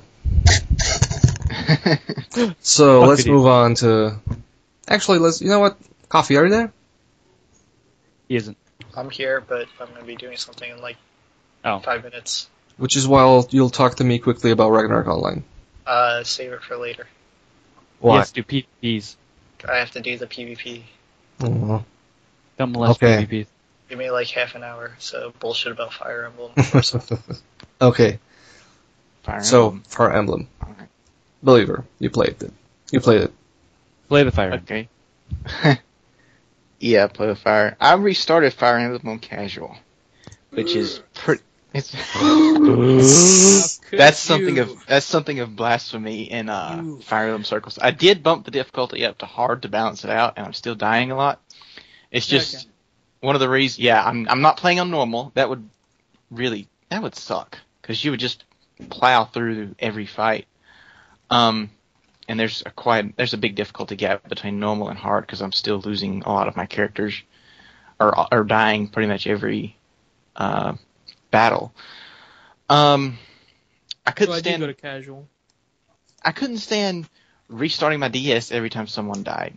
So just in case someone listening to this doesn't know, in Fire Emblem games, if one of your characters dies, they're dead for the they're dead for the rest of the game. You don't get to use them again. Except in casual. Permadeath.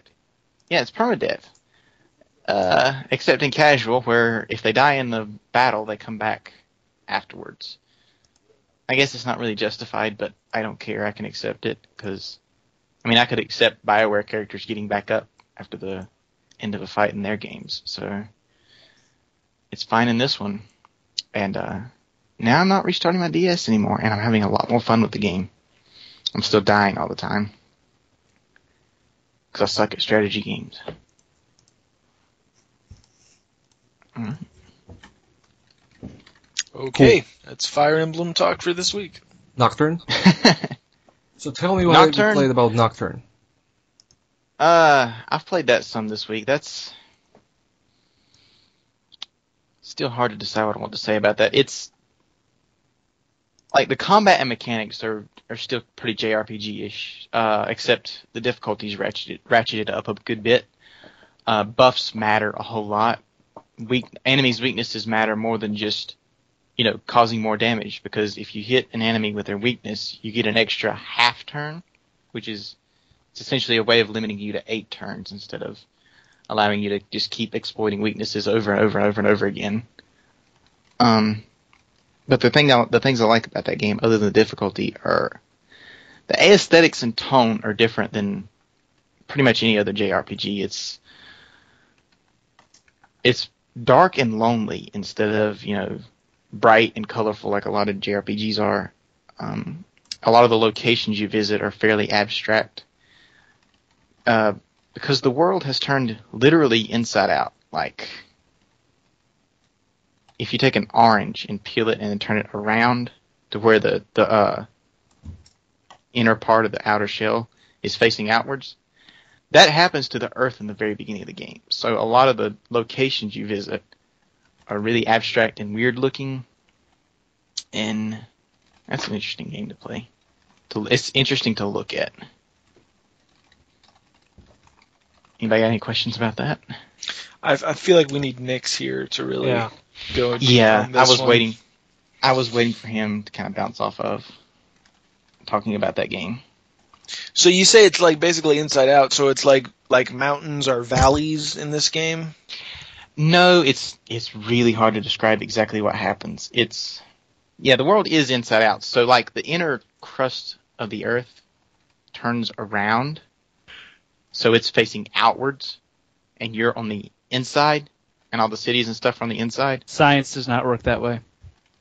I know. This is not...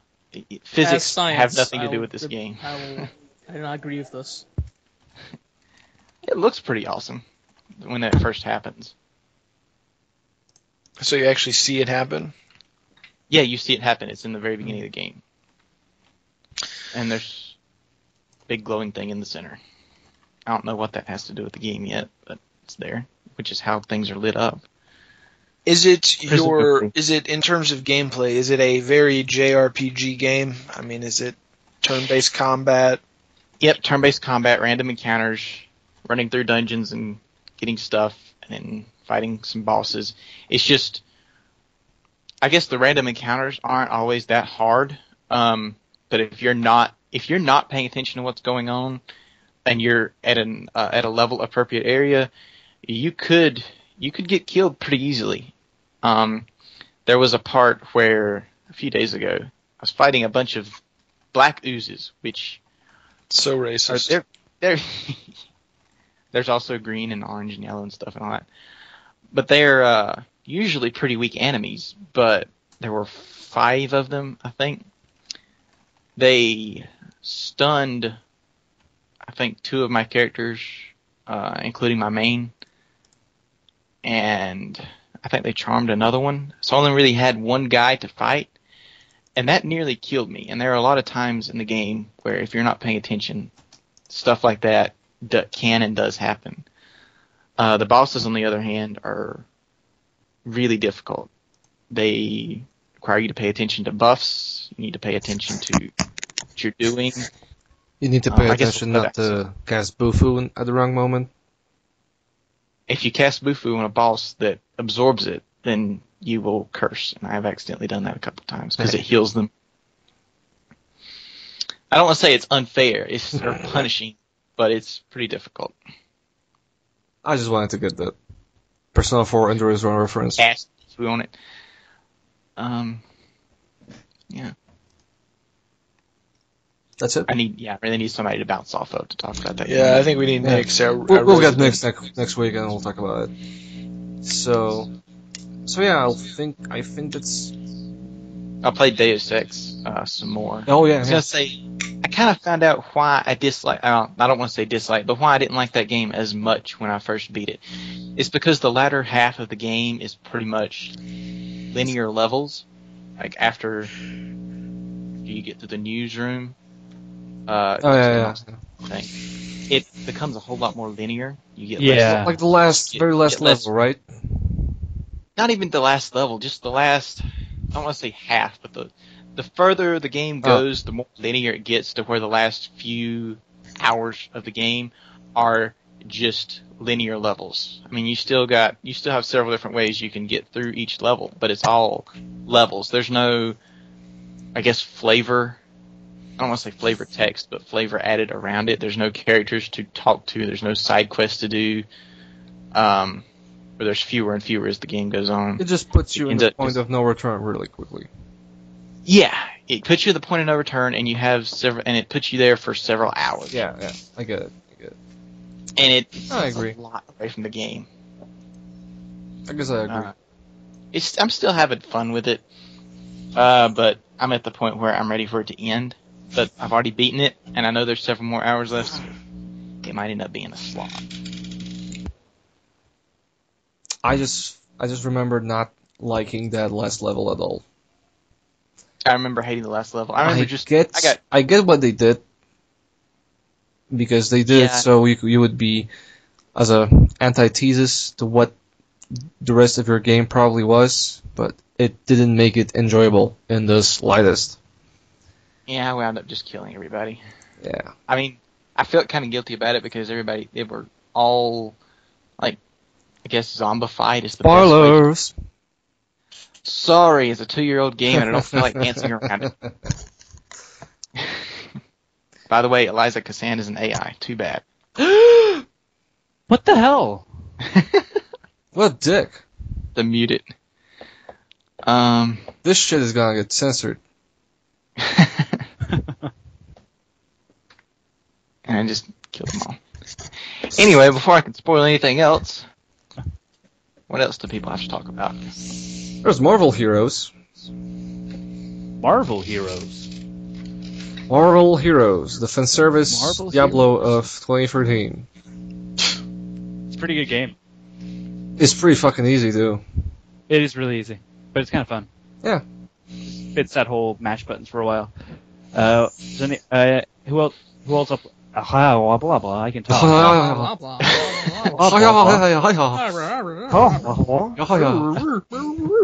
Who's playing? I played Marvel Heroes. I played beta. I played Hawkeye, who looks dumb, but I like raged characters. I'm playing Scarlet Witch, who is very buff heavy in PvP stuff. She's fun. I would play Punisher, but Me too. I would have to buy the fucking We're soulmates. I want to buy Punisher too, but with the trench coat, but not worth the money probably. Yeah, I'm enjoying it so far. I really, really enjoy this one ability that Scarlet Witch has. Is the way I have it set up, she has this power where she sticks people to the ground and they're stuck and they can't fire and they can't fight back and they can't move. And then she has this other move where she creates a ring of fire around her enemies. Ring of fire. The ring of fire. I wish that was a sound cue in that game. Probably put that in as a mod. I really enjoy sticking people to the ground and then lighting them on fire. Every other superhero is just beating everyone up. Like Captain America's throwing their shields at people, Hulk is punching him in the face, Scarlet Witch is going around immobilizing her enemies and then lighting them on fire and watching them burn. It's pretty hardcore. The most sadistic way to take out some goons ever. Yeah, well, Hawkeye just has lightning arrows and ice arrows. Is it comic book Hawkeye or is it Jeremy Renner Avengers Hawkeye? I believe there's purple Hawkeye, so it's probably comic book Hawkeye, and you also can have a skin that's Jeremy Renner Hawkeye. Why would anybody pick that skin? I'm just gonna say Hawkeye's kind of, I don't know, I don't really care about him. I just like ranged characters. He's a fun character. Yeah, Hawkeye's fun. He's fun. He's fun. He's fun outside the comics. Yeah. You know what Iron Man is in the Iron Man movies and like the Avengers? That's Hawkeye. That's Hawkeye in like usual Marvel. But yeah, I just think that comic book guys would enjoy this a lot more than I am. I'm not a big comic book guy, but I'm sure you guys are enjoying it a whole lot more. Oh, it is like fancy. It's the video game. There's just like Wonder Man is Hank Pym's assistant. Like, yeah, it's Hank just Pym some is running some around. really like fan servicey shit that only people who have some knowledge of the comic books will understand. Yeah. Like a casual Marvel fan who just watches the movies will probably will have no fucking idea why that's cool. One of my favorite things was on the docks levels there are mole men that AIM has been like experimenting on that you can fight. They're just the most ridiculous thing, and I'd assume anyone who just watches the movie is going is like, what the hell is this? Yeah. Yeah. Wasn't Moleman was from Fantastic Four? That's right? Fantastic Four. Yeah. By the way, Marvel Yes. Heroes breaks the trend of every fucking Diablo clone having goat men as enemies by having mole men as enemies. One thing I really enjoyed at the beginning of this game that only a real big comic book nerd would get is they start out by saying, yeah, Fantastic Four is Earth's greatest heroes, which, by the way, in the comic books is totally true. It's kind of the way they're set up most of the time. Screw the Avengers. The Fantastic Four does like the heavy shit. They're the one that like fight gods and like save the universe from ending like every other week.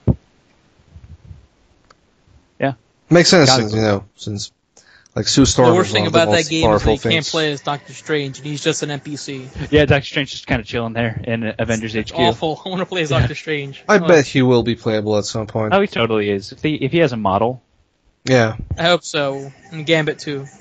I'm just putting time to She-Hulk, which is pretty much my thing on every Marvel property ever. Time to She-Hulk. Yeah, because that's how it always works. At some point, they decide, okay, well, we're out of ideas. Better put She-Hulk in. I'm waiting for Moon Knight. Yeah. They give me Moon Knight, they have a player. Moon Knight, Punisher, Rocket Raccoon, and Doctor Strange, and Ghost Rider. Well, Ghost Rider's definitely probably come in like the next pack or whatever, the next like group of heroes that they put in. Awesome. But I mean, that's just how it works. It's always Ghost Rider's always like it's big, but he's not big enough, I guess. I want the Vision. I would like to see how they translate the Vision's powers into something like this.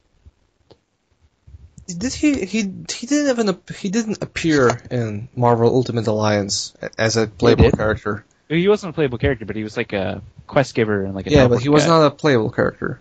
No, well, he just has really weird powers that doesn't really like. It'd be hard to translate well into a lot of stuff. Yeah, because he's like all phasing through walls and like shooting lasers and stuff. You know, if they do Kitty Pryde at some point, they can do Vision. Yeah, Vision.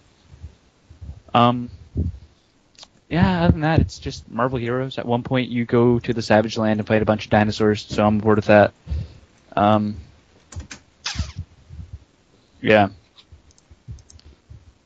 Tomb Raider was missing dinosaurs.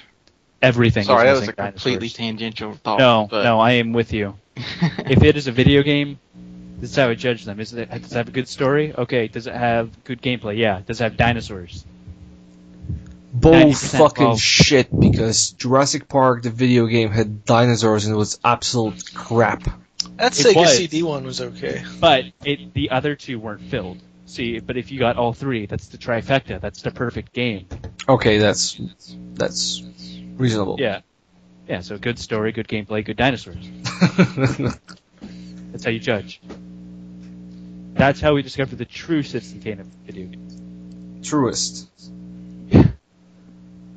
Okay. Since coffee is right now not available, let's move on to news, because there's some news to talk about. Unearthed is coming out, bitches. What? Unearthed. Unearthed?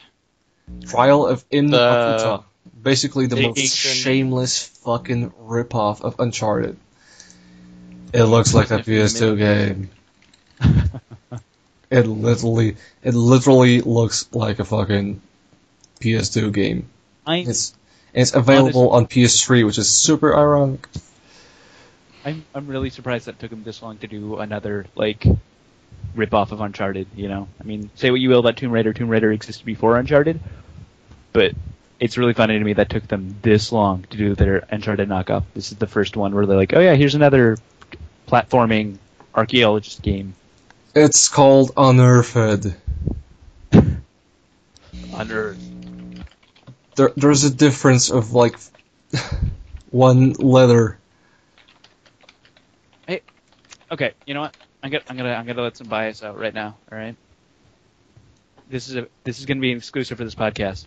Archaeologists are pussies. Yeah, most of them are. Yeah. All right. As a man who has gone on, I've gone on quite a few paleontological digs in my life. All right. Paleontologists are awesome. We go out there with a freaking hammer. We go to the side of a mountain, and then we beat the shit out of it with a hammer. If that doesn't go down, we get a stick of dynamite, and then we blow the hell out of it with that. Granted, it's not that extreme, but we go out there and we break stuff until we find something.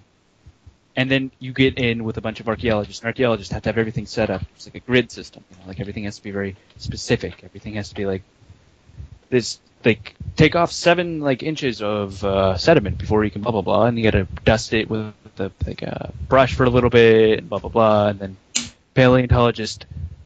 Yeah, let's just break this rock. Maybe there's bone inside. What if you break what you're looking for? Oh, that is horrible. It really sucks. I guess. But it generally happens. I mean, I'm being a little bit hyperbolic right now, obviously. But just saying, archaeologists are very, very hoity-toity. They're a lot more in control of what they're doing, and they're not very super adventurous. They need to be, and it's understandable for what they're doing, because their stuff is infinitely more fragile than what we're looking for. Because obviously, it's usually it's pottery, ceramics, stuff that wouldn't isn't bone, rock at this point. But yeah, they are not super outgoing, blow up the side of a building stuff that a lot of the media likes to portray them as. And I would like to submit paleontologists to take their place in movies, in the video games and such, because what is cooler than digging up dinosaurs? Yeah. He had Sam Neill in Jurassic Park. That was a pretty he's heroic pretty representation. I think we need more, though. I think we need more, is what I'm saying. Archaeologists had their moment in the sun. It's time for the paleontologists to come out. Well, there's that Indiana Jones sequel with Shia LaBeouf. I like The Kingdom. I did not like Shia LaBeouf. Who does? Shia LaBeouf. I love Shia LaBeouf. You're crazy. Every day I go home and pray to Shia LaBeouf. People Love with that no taste. Rear Window remake that had, or whatever. Okay, let's move on from Shia LaBeouf because Shia LaBeouf's my favorite actor. there's Do not nothing good bless that can Shia come out of that. No, no, no, no, no, no, no, no, no. No, no, no, no, no, no, no, no, no, no, no, no, no. Quiet. Quiet. no. Okay. So Kotaku had a Kotaku. I see what he did there. Kotaku had a story about a small studio known as Trendy, which you will probably not know, dear listener, but you may know the first game they've made, which is called Dungeon Defenders. They are currently working on a sequel, and apparently the president and director of Dungeon Defenders 2, Jeremy Stieglitz, is a fucking moron and sexist. Also, as I remember, Dungeon Defenders was not a terrible game or anything. No, it was pretty good. Yeah. It was But okay. so far, 2 is looking as to be completely terrible. First of all, Stieglitz apparently is willing to pay, is not willing, his policy is to pay less to women. The same position with women having the same, with a woman and a man having the same sort of experience, and etc., and he, from the outset, he wants to give women less Because it seems like that is a policy at a lot of studios, but he just like is very overt and outspoken about it. Yeah. Like it's part of their hiring procedures. Generally speaking, women don't make as much money in the games industry as men do for the same jobs. But he just like well, that's true of the entire world, really. It is. Yeah. Not everywhere. No, but I'm not saying that like I'm an apologist or anything, but that tendency is changing a bit, which is okay. Oh, it which is fine. But apparently, Jason Schreier speaks how he spoke to a few people, and one guy was offered a job at Trendy with a starting salary of $3,150 a month, but he turned it down. And another woman did the same, and she was given just $3,000 a month, non-negotiable. So yeah, like a difference of close to $10,000 a year. $38.50 a month sounds like a lot of money. Yeah. I think he meant a year. Not for working here, but I mean, if he didn't know what the working conditions were like, I don't know. I just wonder why he turned down that particular job if he didn't know how terrible it is. Maybe he did know how terrible it is. That might be. I would say that. You know what? I would say that this like grunts like programmers, art designers, actually give away this shit, and people know between like studios how it's going on there. I would imagine that this stuff is not like it's an open secret inside the industry. Do you guys ever read the Trenches comic? It's the other comic done by the Penny Arcade guys. Do you read the news posts? I do only that because the comic itself is not funny.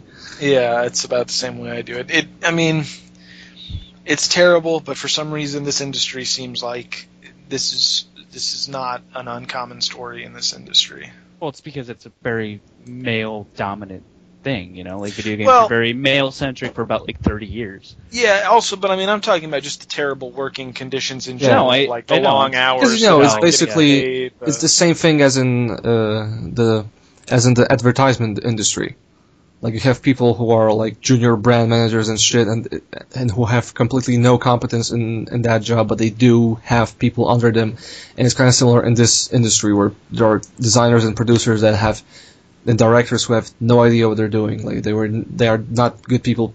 Like they're not good with people. They are not good with organizing shit. But they still have these jobs, and they are in the power because they are, for example, owners of the company. And this seems like Stieglitz is this kind of person. Here's a great quote. He basically asked the robot like a character that's a robot. Let me just quote this shit. The sexiness factor is reduced in modal.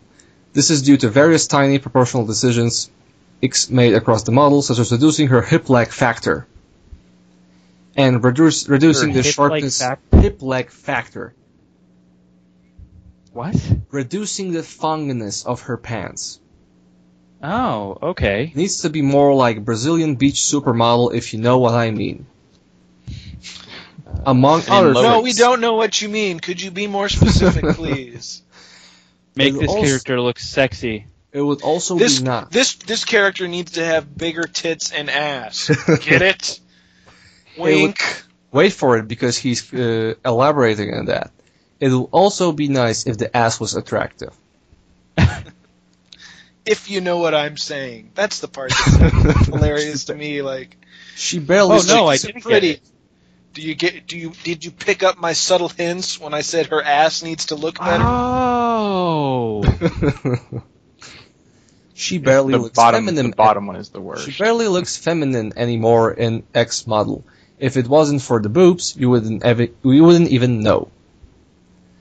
Key thing I'm interested in is that this character be sexy for a robot android, and thus make people a little uncomfortable. My favorite fucking sentence of that entire Skype message he put.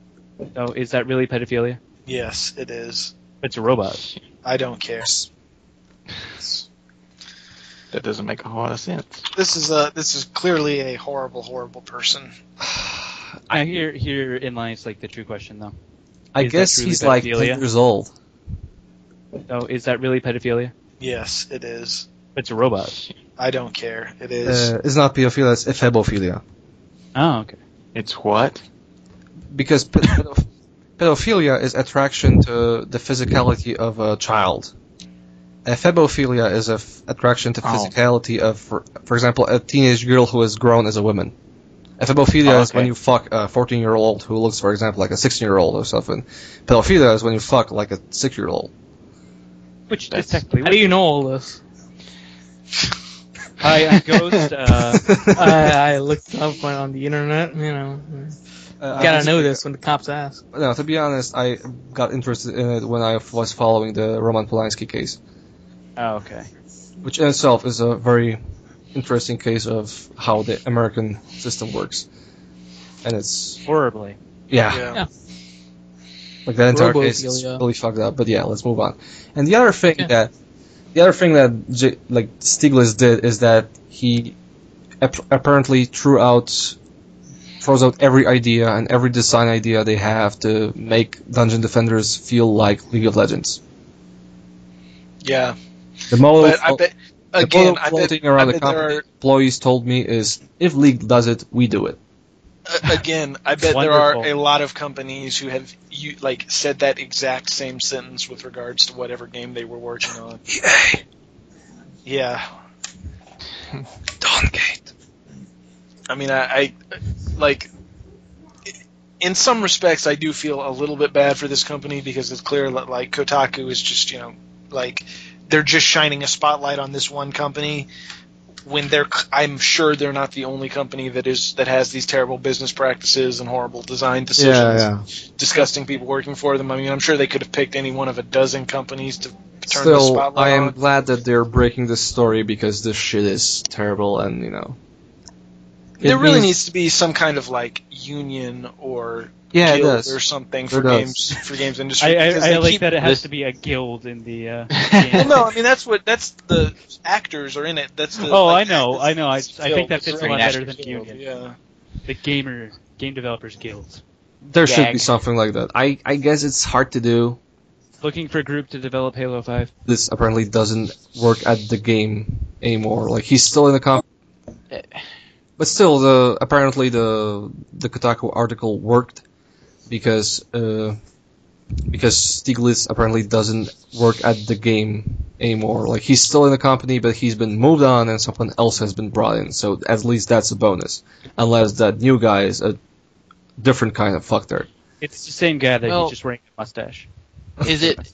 I have a good question. This Stiglitz guy obviously sucks, but is this just him?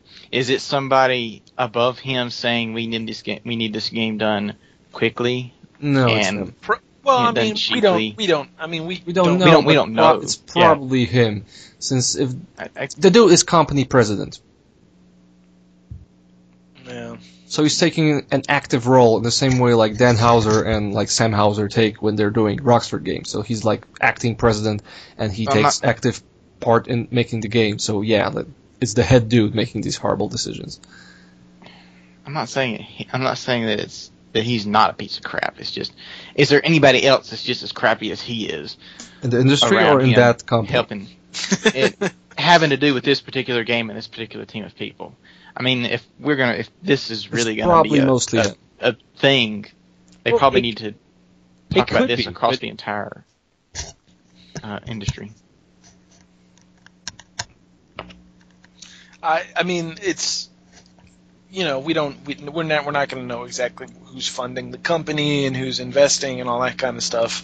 But it doesn't. I mean, in some respects, it doesn't matter because these employees are answering directly to this guy. Exactly. It's this guy that's making these employees' life miserable. And he's the one who's calling the shots in the end. Yeah. Besides, it's not a single occurrence. We had this shit in big profile companies like Brendan McNamara, who worked in who was the head of Team Bondi. Yeah, a bunch of those people didn't get paid. They didn't get their names in the credits. Yeah, and that game took so long to make, and the budget was so bloated that Rockstar had to come in and put their own producers and designers to finish that fucking game. Same thing with Eternal Darkness and Dennis Dyack. George Broussard. with Duke Exactly. Nukem lasting 17 years or whatever that was. But at least he seemed like he was nicer to his employees. Yeah, I don't think if you were scammed the working company on, out of it. No. well, yeah, It's kind of the same thing in the end. I don't know about It amounts that. it amounts to a similar thing because you are having people who are stuck at doing nothing. Yeah. Because I'm sure there are talented people one man's vision and ideas simply block this thing from progressing. Like imagine imagine what kind of fucking CV point is I worked on Duke Nukem Forever.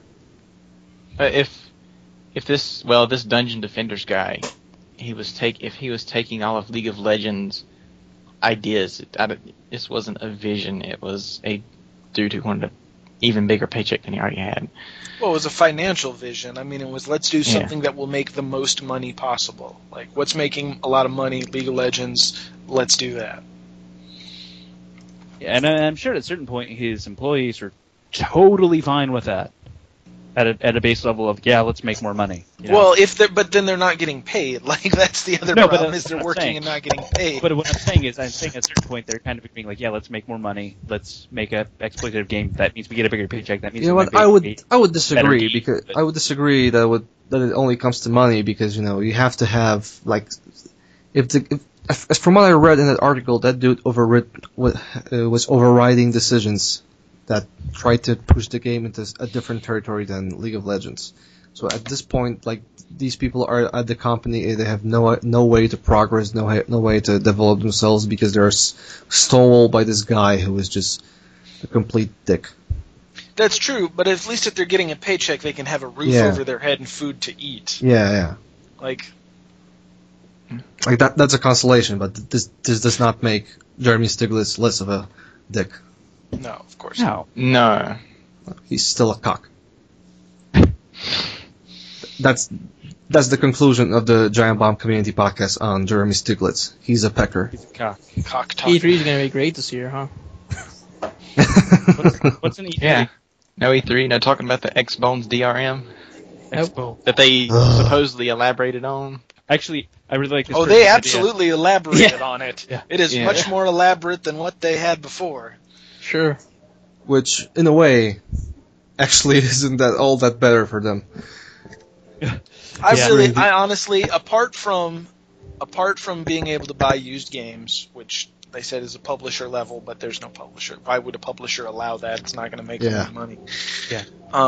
Apart from that, I really don't see too many situations in which people are doing something with their 360 that they're not going to be allowed to do with their Xbox One. I do. I don't like the whole idea of the whole disc ownership bullshit is bad, and I don't like this entire always online stuff that they have.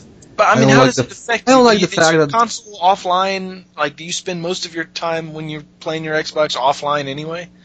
I don't have an Xbox, but I do have a PS3, and I didn't have that PS3 hooked up online due to technical reasons, and I don't see a reason why I should have to do it.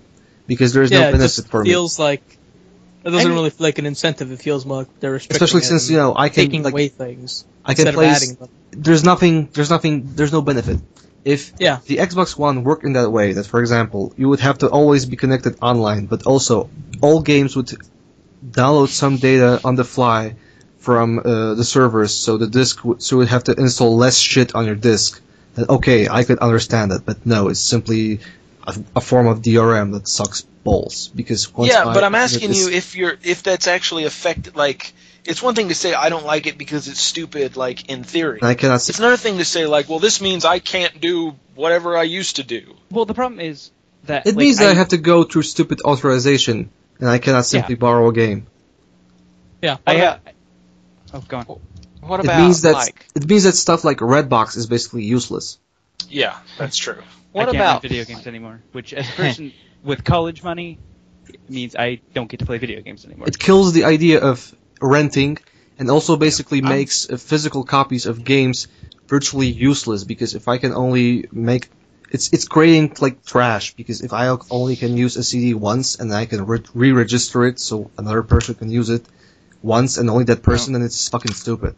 Yeah, but you know After what? the- PC games have been doing that for decades. Like, Yes, that's not but- anything new. And the trash thing is. Well, I guess don't what? care. Console PC games and PC games are different Yeah. for that Different. reason. Yeah. PC So- games don't. Well, but I don't PC think necessarily they should be, though. I don't understand Well, why they that's should you, be but different. others They There's should be something different. here There are that different PC models. games- Besides, Yeah. the thing with the entire shebang about Xbox policies is that it's the same thing as DLC and horse armor. If we allow this shit without any complaint, this only means that this is a sign to Microsoft and Sony and Apple and Nintendo and whoever else that consumers are okay with getting fucked in the ass.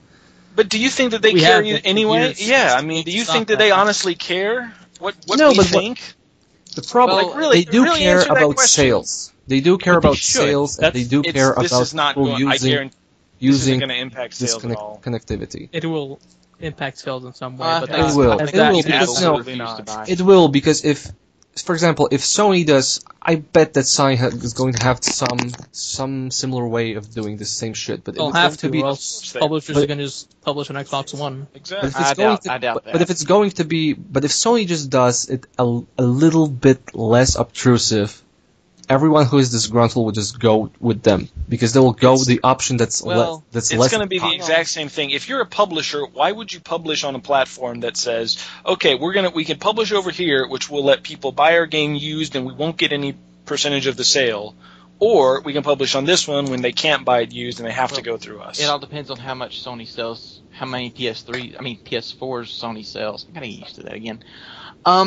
If PS4 sells like about equal, and like half the people just have a PS4 and half just have an Xbox One, I realize that's a very simplified way of putting it, but they're gonna want the PS4 people to buy games too. They'll still make plenty of profit there, and they'll still put games there. The only way that doesn't pan out like that is if publishers don't put any game. Third-party publishers don't put any games whatsoever on the PS4 at the beginning, so people don't buy the PS4 at the beginning at all. But that doesn't make any sense. If you release a game on PS4, Yeah. one person buys it, developer gets whatever, $10, $20, right? They sell that game used, and another person buys it used. Developer gets no money. Then they sell it used, and another person buys it used. Developer gets no money. Yeah, they but sell the it used, another problem is- developer buys it used. If they release it on Xbox 360, every sale they get like $10 or $20. Yeah, Well, but the at the problem same- is that at the the same problem time- doesn't lie with the problem lies with shit like GameStop, and they Yeah. should handle it with GameStop, not restrict functionality, which will in the end Yeah, only this end in console disaster. just sounds like it's a perfect thing for publishers, but not for us. Like, Yeah. they're just Yeah. cutting us out of it. Right, Like, and consumers when should I, be the most right, and important. when I think of consumer-friendly, GameStop is what springs to mind. Yeah. But the problem is, Steam. like even Let me tell you a story about GameStop. I went to buy Dead Space, the first Dead Space at GameStop. I wanted to buy a new copy.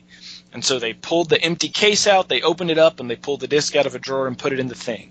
And I was like, no, man, I want a new one. I don't want a used one. They're like, well, this one is new. And I was like, no, it's not. It's opened. If it was new, it wouldn't be open. They were like, well, fine. Give them one of the ones out of the drawer. And I was like, you know what? Fuck you. I'm going to go across the street to Walmart, and I'm going to buy it there because they treat me better. And I realized, wait a second. I'm saying that I'm voting with my dollar and spending money at a more consumer-friendly place, and that place is fucking Walmart.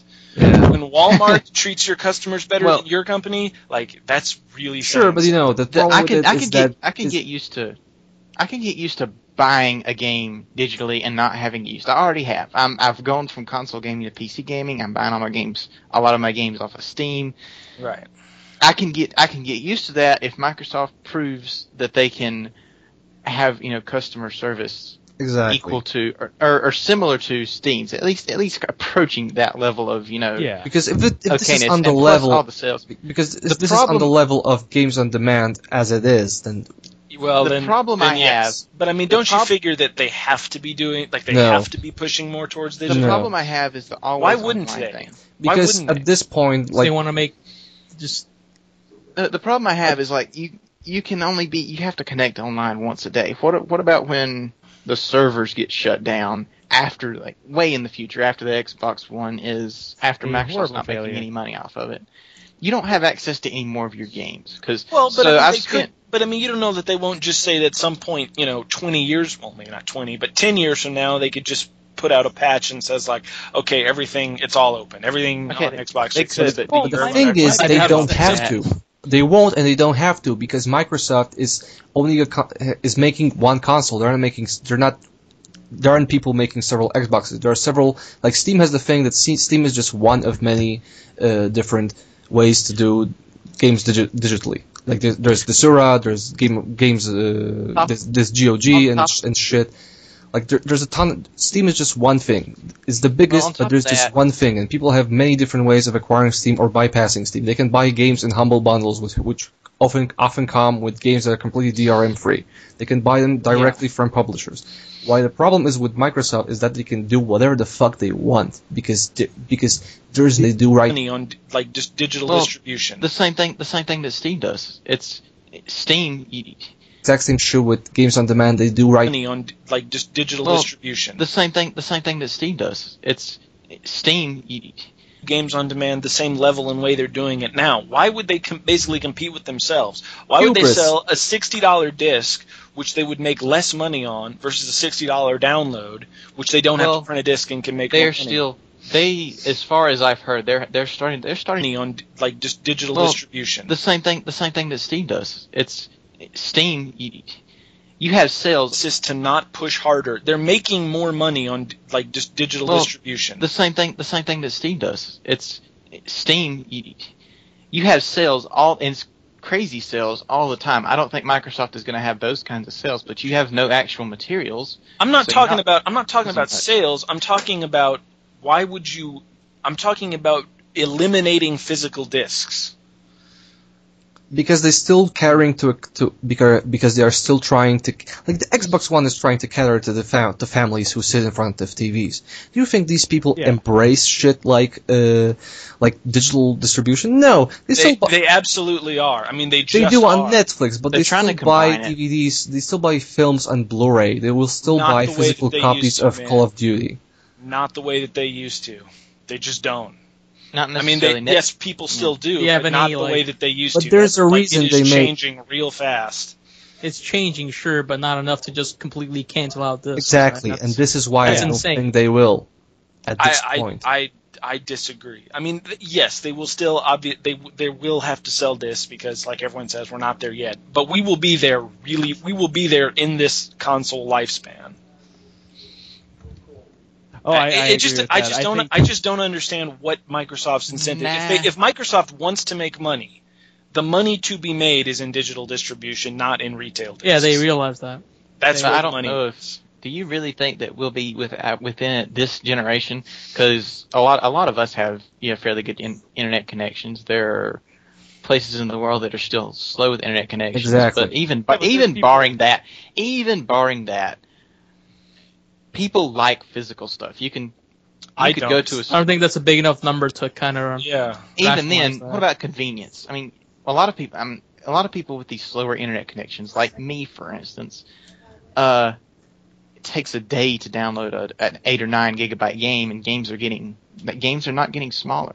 You go to a store and have the game and have it back by the time long before the game would be downloaded. That's true, but there are games that it's like you download for like 30 minutes and then you can start playing and it'll stream the rest of the game in without playing the still, first. There's stuff I don't believe that. That's not a feature. I don't still, think consoles have a different way of managing stuff and restricting stuff. Like Wii U have that with restricting like your games to this fucking particular box. The PS3 does that with you being allowed to download the games you have bought only 5 times. Like Steam doesn't do that. Like I can install Lone Survivor on a number of machines I fucking want. And the problem is that's because they have to compete because other things do that. The problem is with me is that there's simply no way to control and have Microsoft change their mind in any way because they lived in a closed ecosystem. And the same thing with Sony. This is why all of this is bugging me out. Because, why? But I mean, that's my point. Is what are you doing on? I mean, I know you don't have one, but if you had one, what are you doing on your 360 today that Microsoft is saying you can't do? I'm not talking about in theoretical. What would you want to do? I don't have to go online every hour. I can buy a used game. I can borrow a game from a friend. and I don't have to jump through hoops, and I don't have to have Kinect always on. You can with this. With the new Xbox, you can borrow a game from a friend. And I don't have to say Xbox as long as you're related to turn to it off. Yeah, as long as you're friends for 30 days or longer. I don't think that actually means if you're related by blood. I know. But you can borrow a game from a friend, and you can take your game to a friend's console and play it on that one if you sign in with your credentials and everything. And wait a month. Yes, you cannot buy used games. Like that is. What if you want to let that friend borrow a game for a weekend, but you want to go back home and play on your Xbox? You can, but you have to give up your license to it. Yeah. But I mean, can you do that on Steam? No, but I mean that's like the case. No, but I don't know. Steam is still out there on his yet. machine. Consoles are still not PCs yet, just yet. There's just some different faction of that, and just trying to make it into a PC isn't necessarily good for the whole console market. Well, that's also one advantage that the Xbox has over a million not a million, but several big disadvantages that I just don't particularly like.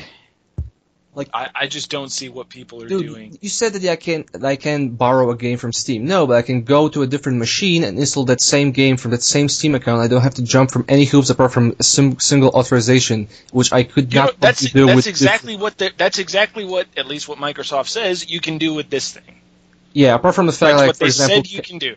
Yeah, apart from the fact I, for example, cannot do shit when unless my friend has at least 30 days on my friend list. And I can only do it once. No, if you can go to any console and sign in with your stuff, and you have access to every game that you own. Yeah, that's what they said. That's what they said. Yeah. And you can let your friends borrow it, which is like one advantage that Xbone has over Steam. But there's a lot. For me, there's several disadvantages. I'm just tired of this whole Steam comparison. Just compare it to the PS4, because that's going to be its direct competition. Steam is just out of this. I don't think that they think it is. I don't think it is going to be. It has to be, or else they're going to lose the generation then. Because they will fight with each other. We will not have the same market for the PC. We will not have the same market for the Xbox. Xbox is the direct competitor of not Steam, but of PS4. I don't think that's true. I think they took a lot of inspiration from Steam, and I think they're starting to see PC gamers as a threat to their, not a threat, but they don't care about the PC, honestly. The PC has been only exists as a gaming platform exclusive. They didn't even mention the PC. Like the PC, just whatever. It's just separate. It's been growing some.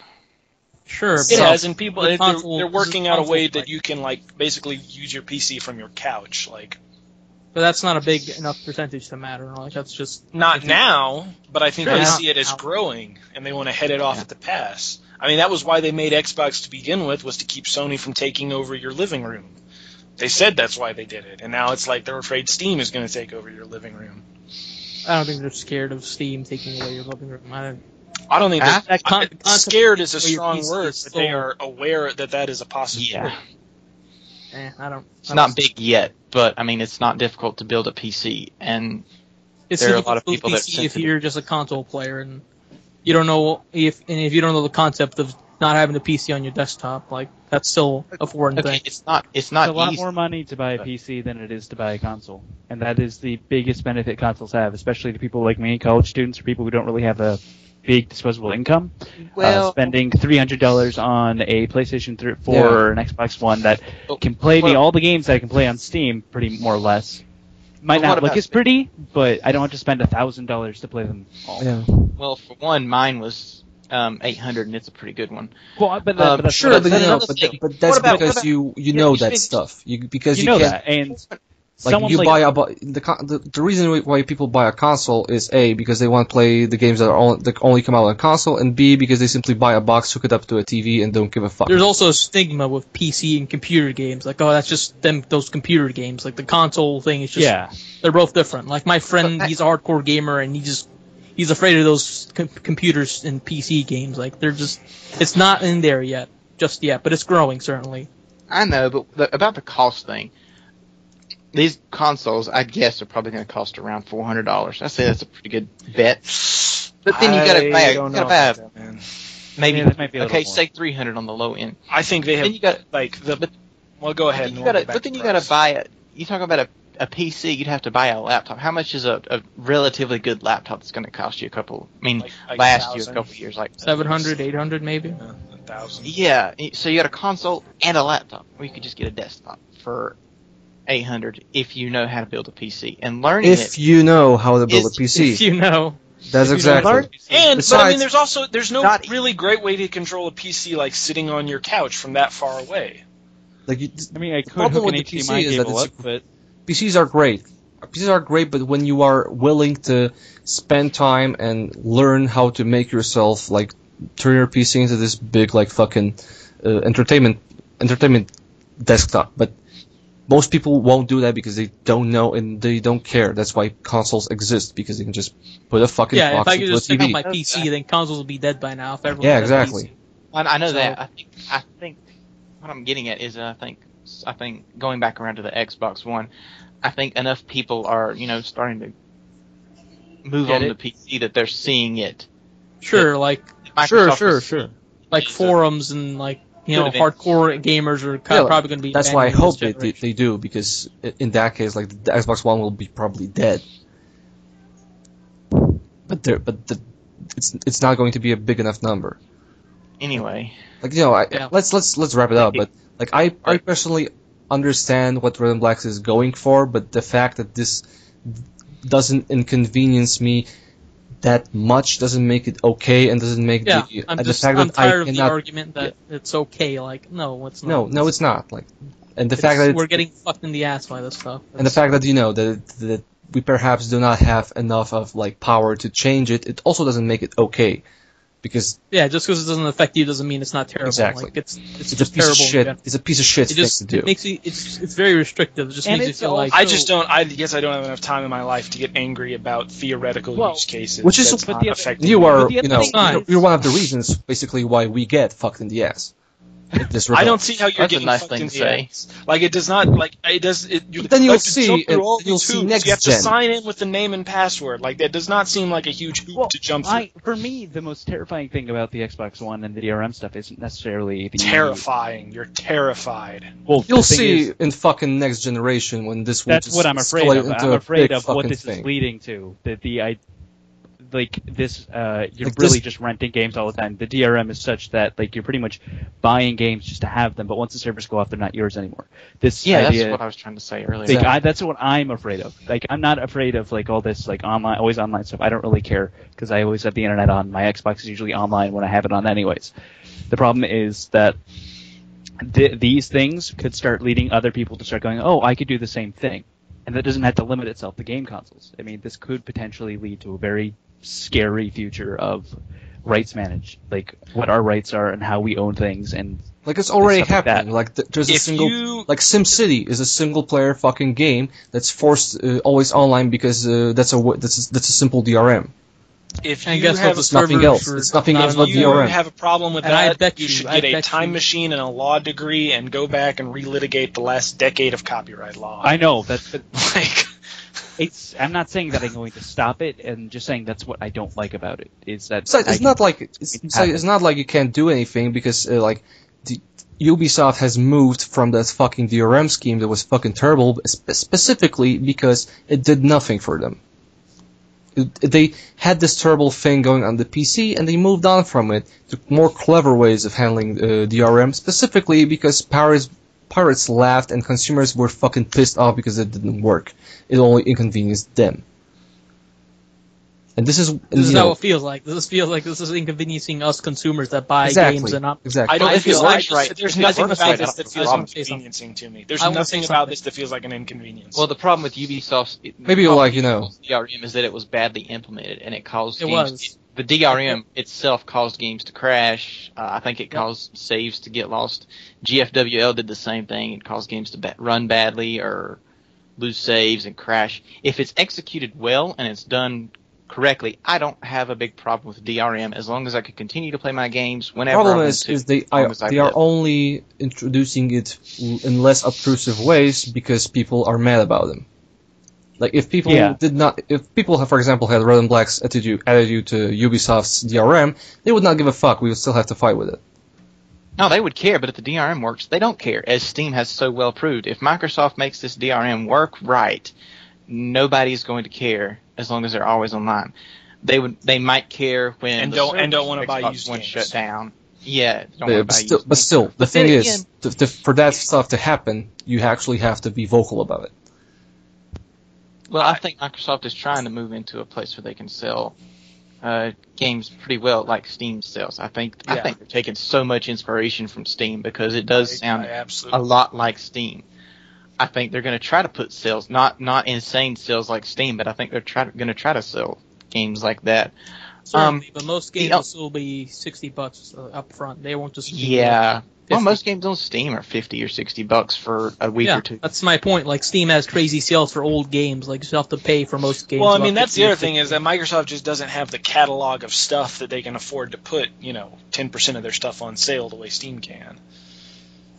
My last point before we stop this is just, I'm tired of getting blamed for buying these used games, and when I buy new games and be an enthusiast for this stuff, I'm tired of getting blamed by publishers that I'm the problem here by buying some used games. Like, whatever. You have to set your budget accordingly. Stop making these AAA games, like these big blockbuster things, and expect them to be Call of Duty, because they're not going to be. Or just set your budgets accordingly. Exactly. Try to actually save money and try to plan smart about this stuff. Well, or just make me buy a new copy. Just force me to it. Just make me incite me to buy a new copy.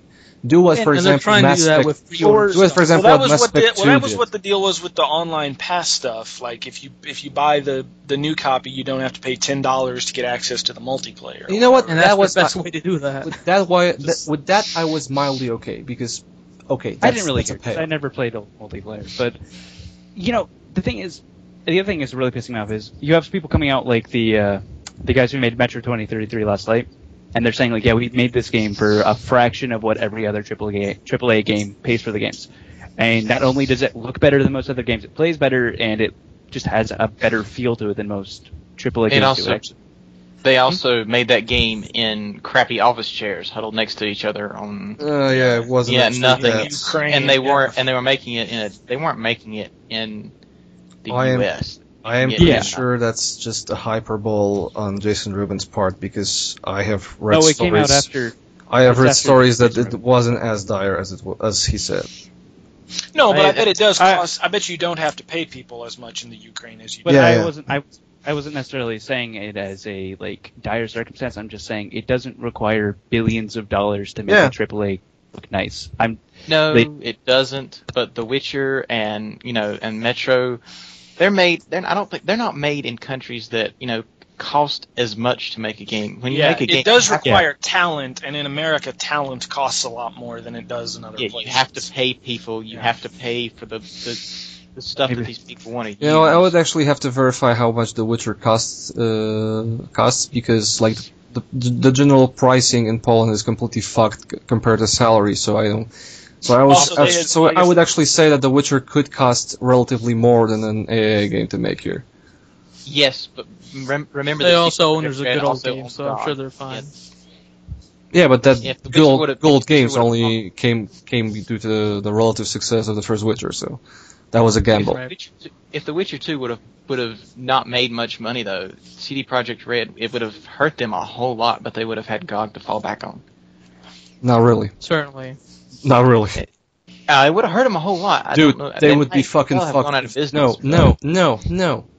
I live in this fucking country, man. I read about the industry and shit. If The Witcher 2 bombed, they would be in deep shit. I don't necessarily mean bombed, but not done so well. They would, but if Witcher 2 sold only a fraction of what they sold right now, you would be not talking about the CD Projekt Red gaming development team anymore. It would not be Cyberpunk. I mean, they had to pay a lot of money, I'm sure, just for the license to use The Witcher fiction and stuff. Before they even wrote a line of code, they had to pay money. The first Witcher was being made for more than 6 years, and it had several changes to how the game looked, its vision. Besides, they also made some things cheaper because that game runs on a modified version of the Aurora engine, which is the engine of the first Neverwinter Nights. Jeez. The first Witcher is made on that. The Witcher doesn't look all that amazing. No. It looks good for the engine, but it's not fairly janky. The first one or The Witcher 2? The first one. The Witcher 2 looks amazing. Witcher 2 looks really good. It's great. Yeah. Anyway, let's let's wrap it up. Wrap up. Who's hosting still? I forgot. Let's not stop. Fuck you. Let's not stop. Never stop. Kiefer Sutherland is Snake. Okay. Goodbye, everyone. He's not. He's not Snake. No, he's Big Boss.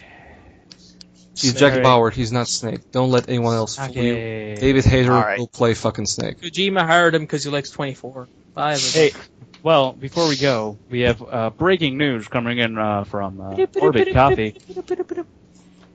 Yeah, I've been sitting here for like 45 minutes and you guys have been ignoring me. You could have talked too. You didn't have to. Yeah. All right, I more coffee. The thrilling discussion, and I don't think anybody wants to hear about this anyway, other than Ghost. I want to hear Bring it on. So, do you want me to talk about the guild drama first, or do you want me to talk about how Gravity almost fucked up their entire game? Do both. Do Gravity because we're already on corporate hatred. So. Okay, so last week, I think last Tuesday, they had their big monthly update patch, which was going to add in new content and change a few things in the game. And people were looking forward to it until they announced it, and it created a giant fucking shitstorm in the game and lost them about 10,000 players. Nice. So, basically they changed the cash shop. So they were adding in different items, and that's fine. Everyone was okay with that because not that many people use the cash shop. It's only a few bots and people that have way too much money to blow on the game. But two big things in the patch are what made people really angry. The first one is in May, they had a big kind of contest or game event where everybody who played for the first month who got their characters to level 30 within the month got a title, a founder title, and basically that title gave you plus 40 in every stat. And it was really broken, but it was a reward for the people who supported the game for the first month.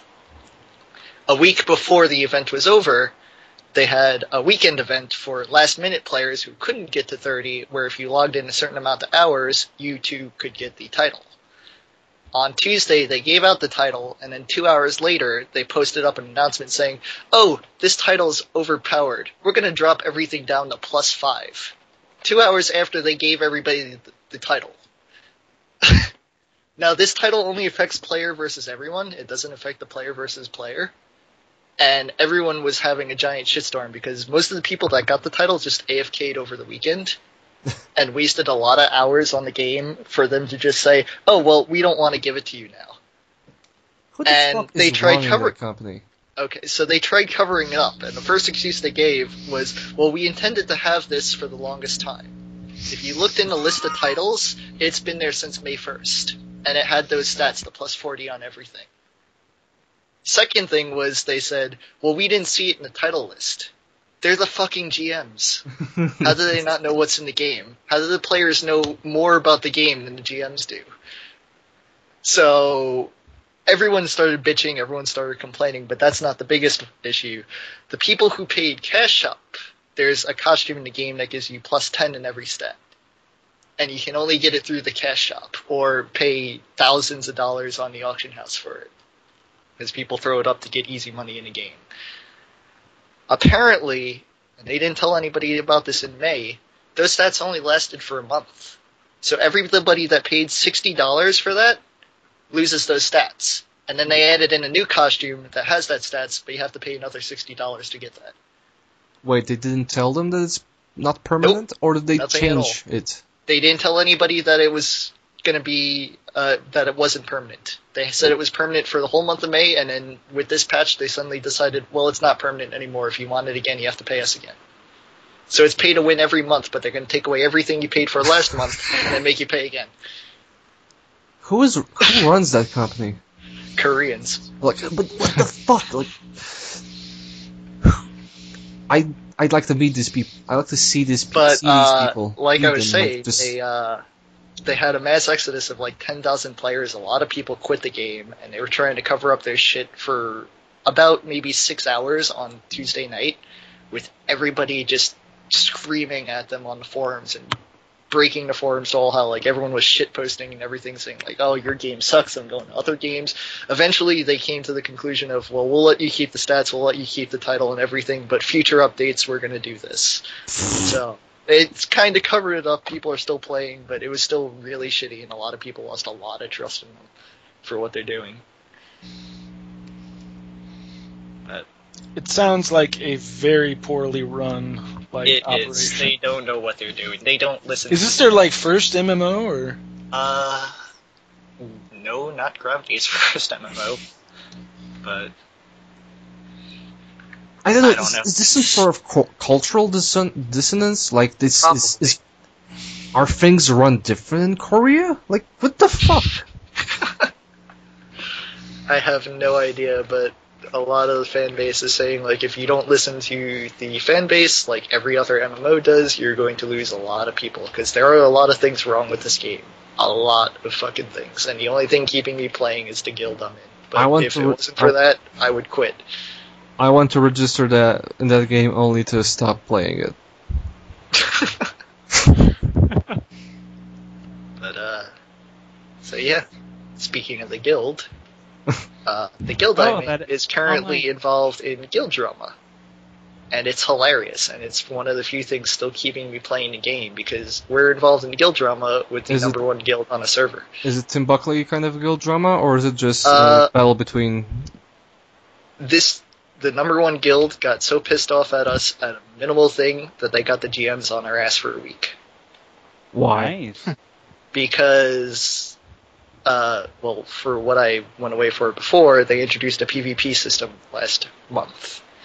And it's meant to be anonymous, and you're meant to solo queue for it, because they take away everybody's name, and you can't tell who's who in the Coliseum. But what they overlooked was, if you queue at the same time with your guildmates, you can queue up as a team. So instead of making it 30-man free-for-all, it could be like 15 guildmates versus 15 solo queuers. And everybody is doing that after we found that out. Big shitstorm on the forums, like, oh, it's not fair for people who don't have a guild, we can't win and everything. So we got paired up with the number one guild one time. And they had 5 people, we had 5 people, and we knocked out the guy who wanted to win on their team.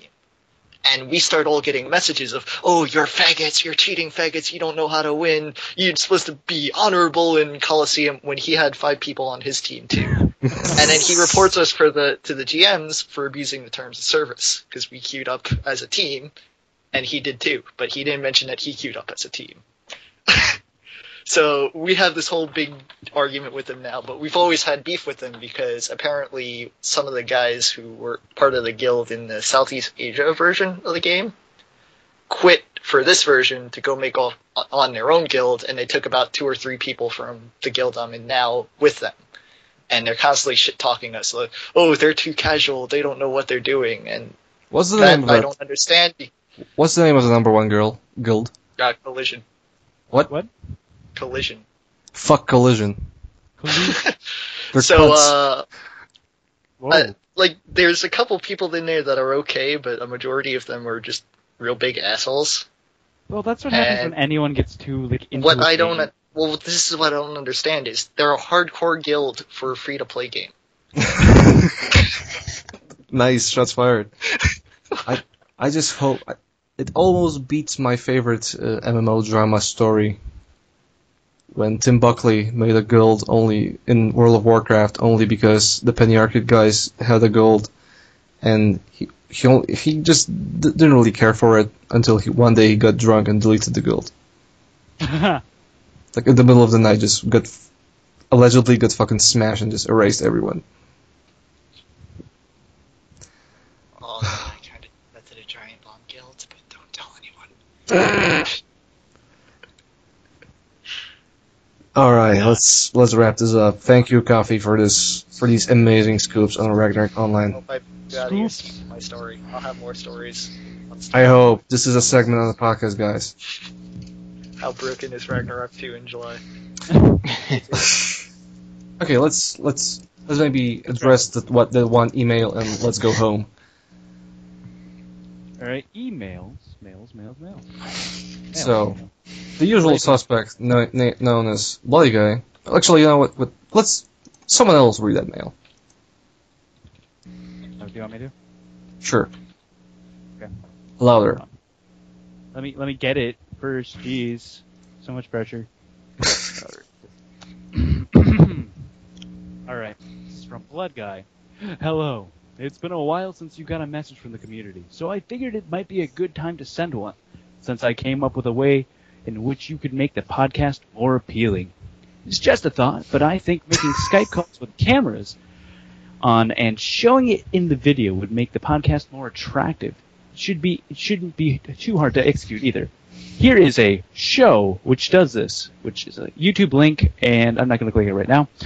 Even though they're just talking, I find it more credible when seeing their faces because I see real people, which I can relate to. Also, there's no point in having Ghost teaching you Polish words since there's only one which can't be translated to English. It's really cool. I'm not going to try to pronounce this. Przypieprzyć. There you go. He can't explain this one to you. Lastly, I wanted to thank you for limiting the Dota talk. I really appreciate it. Looking forward to the next podcast. Blood Guy. So yeah, we were debating about doing that video stuff, but it would probably bloat the video image the video way too high into megabyte size. And besides, Red and Black likes to do podcasts in the nude, so.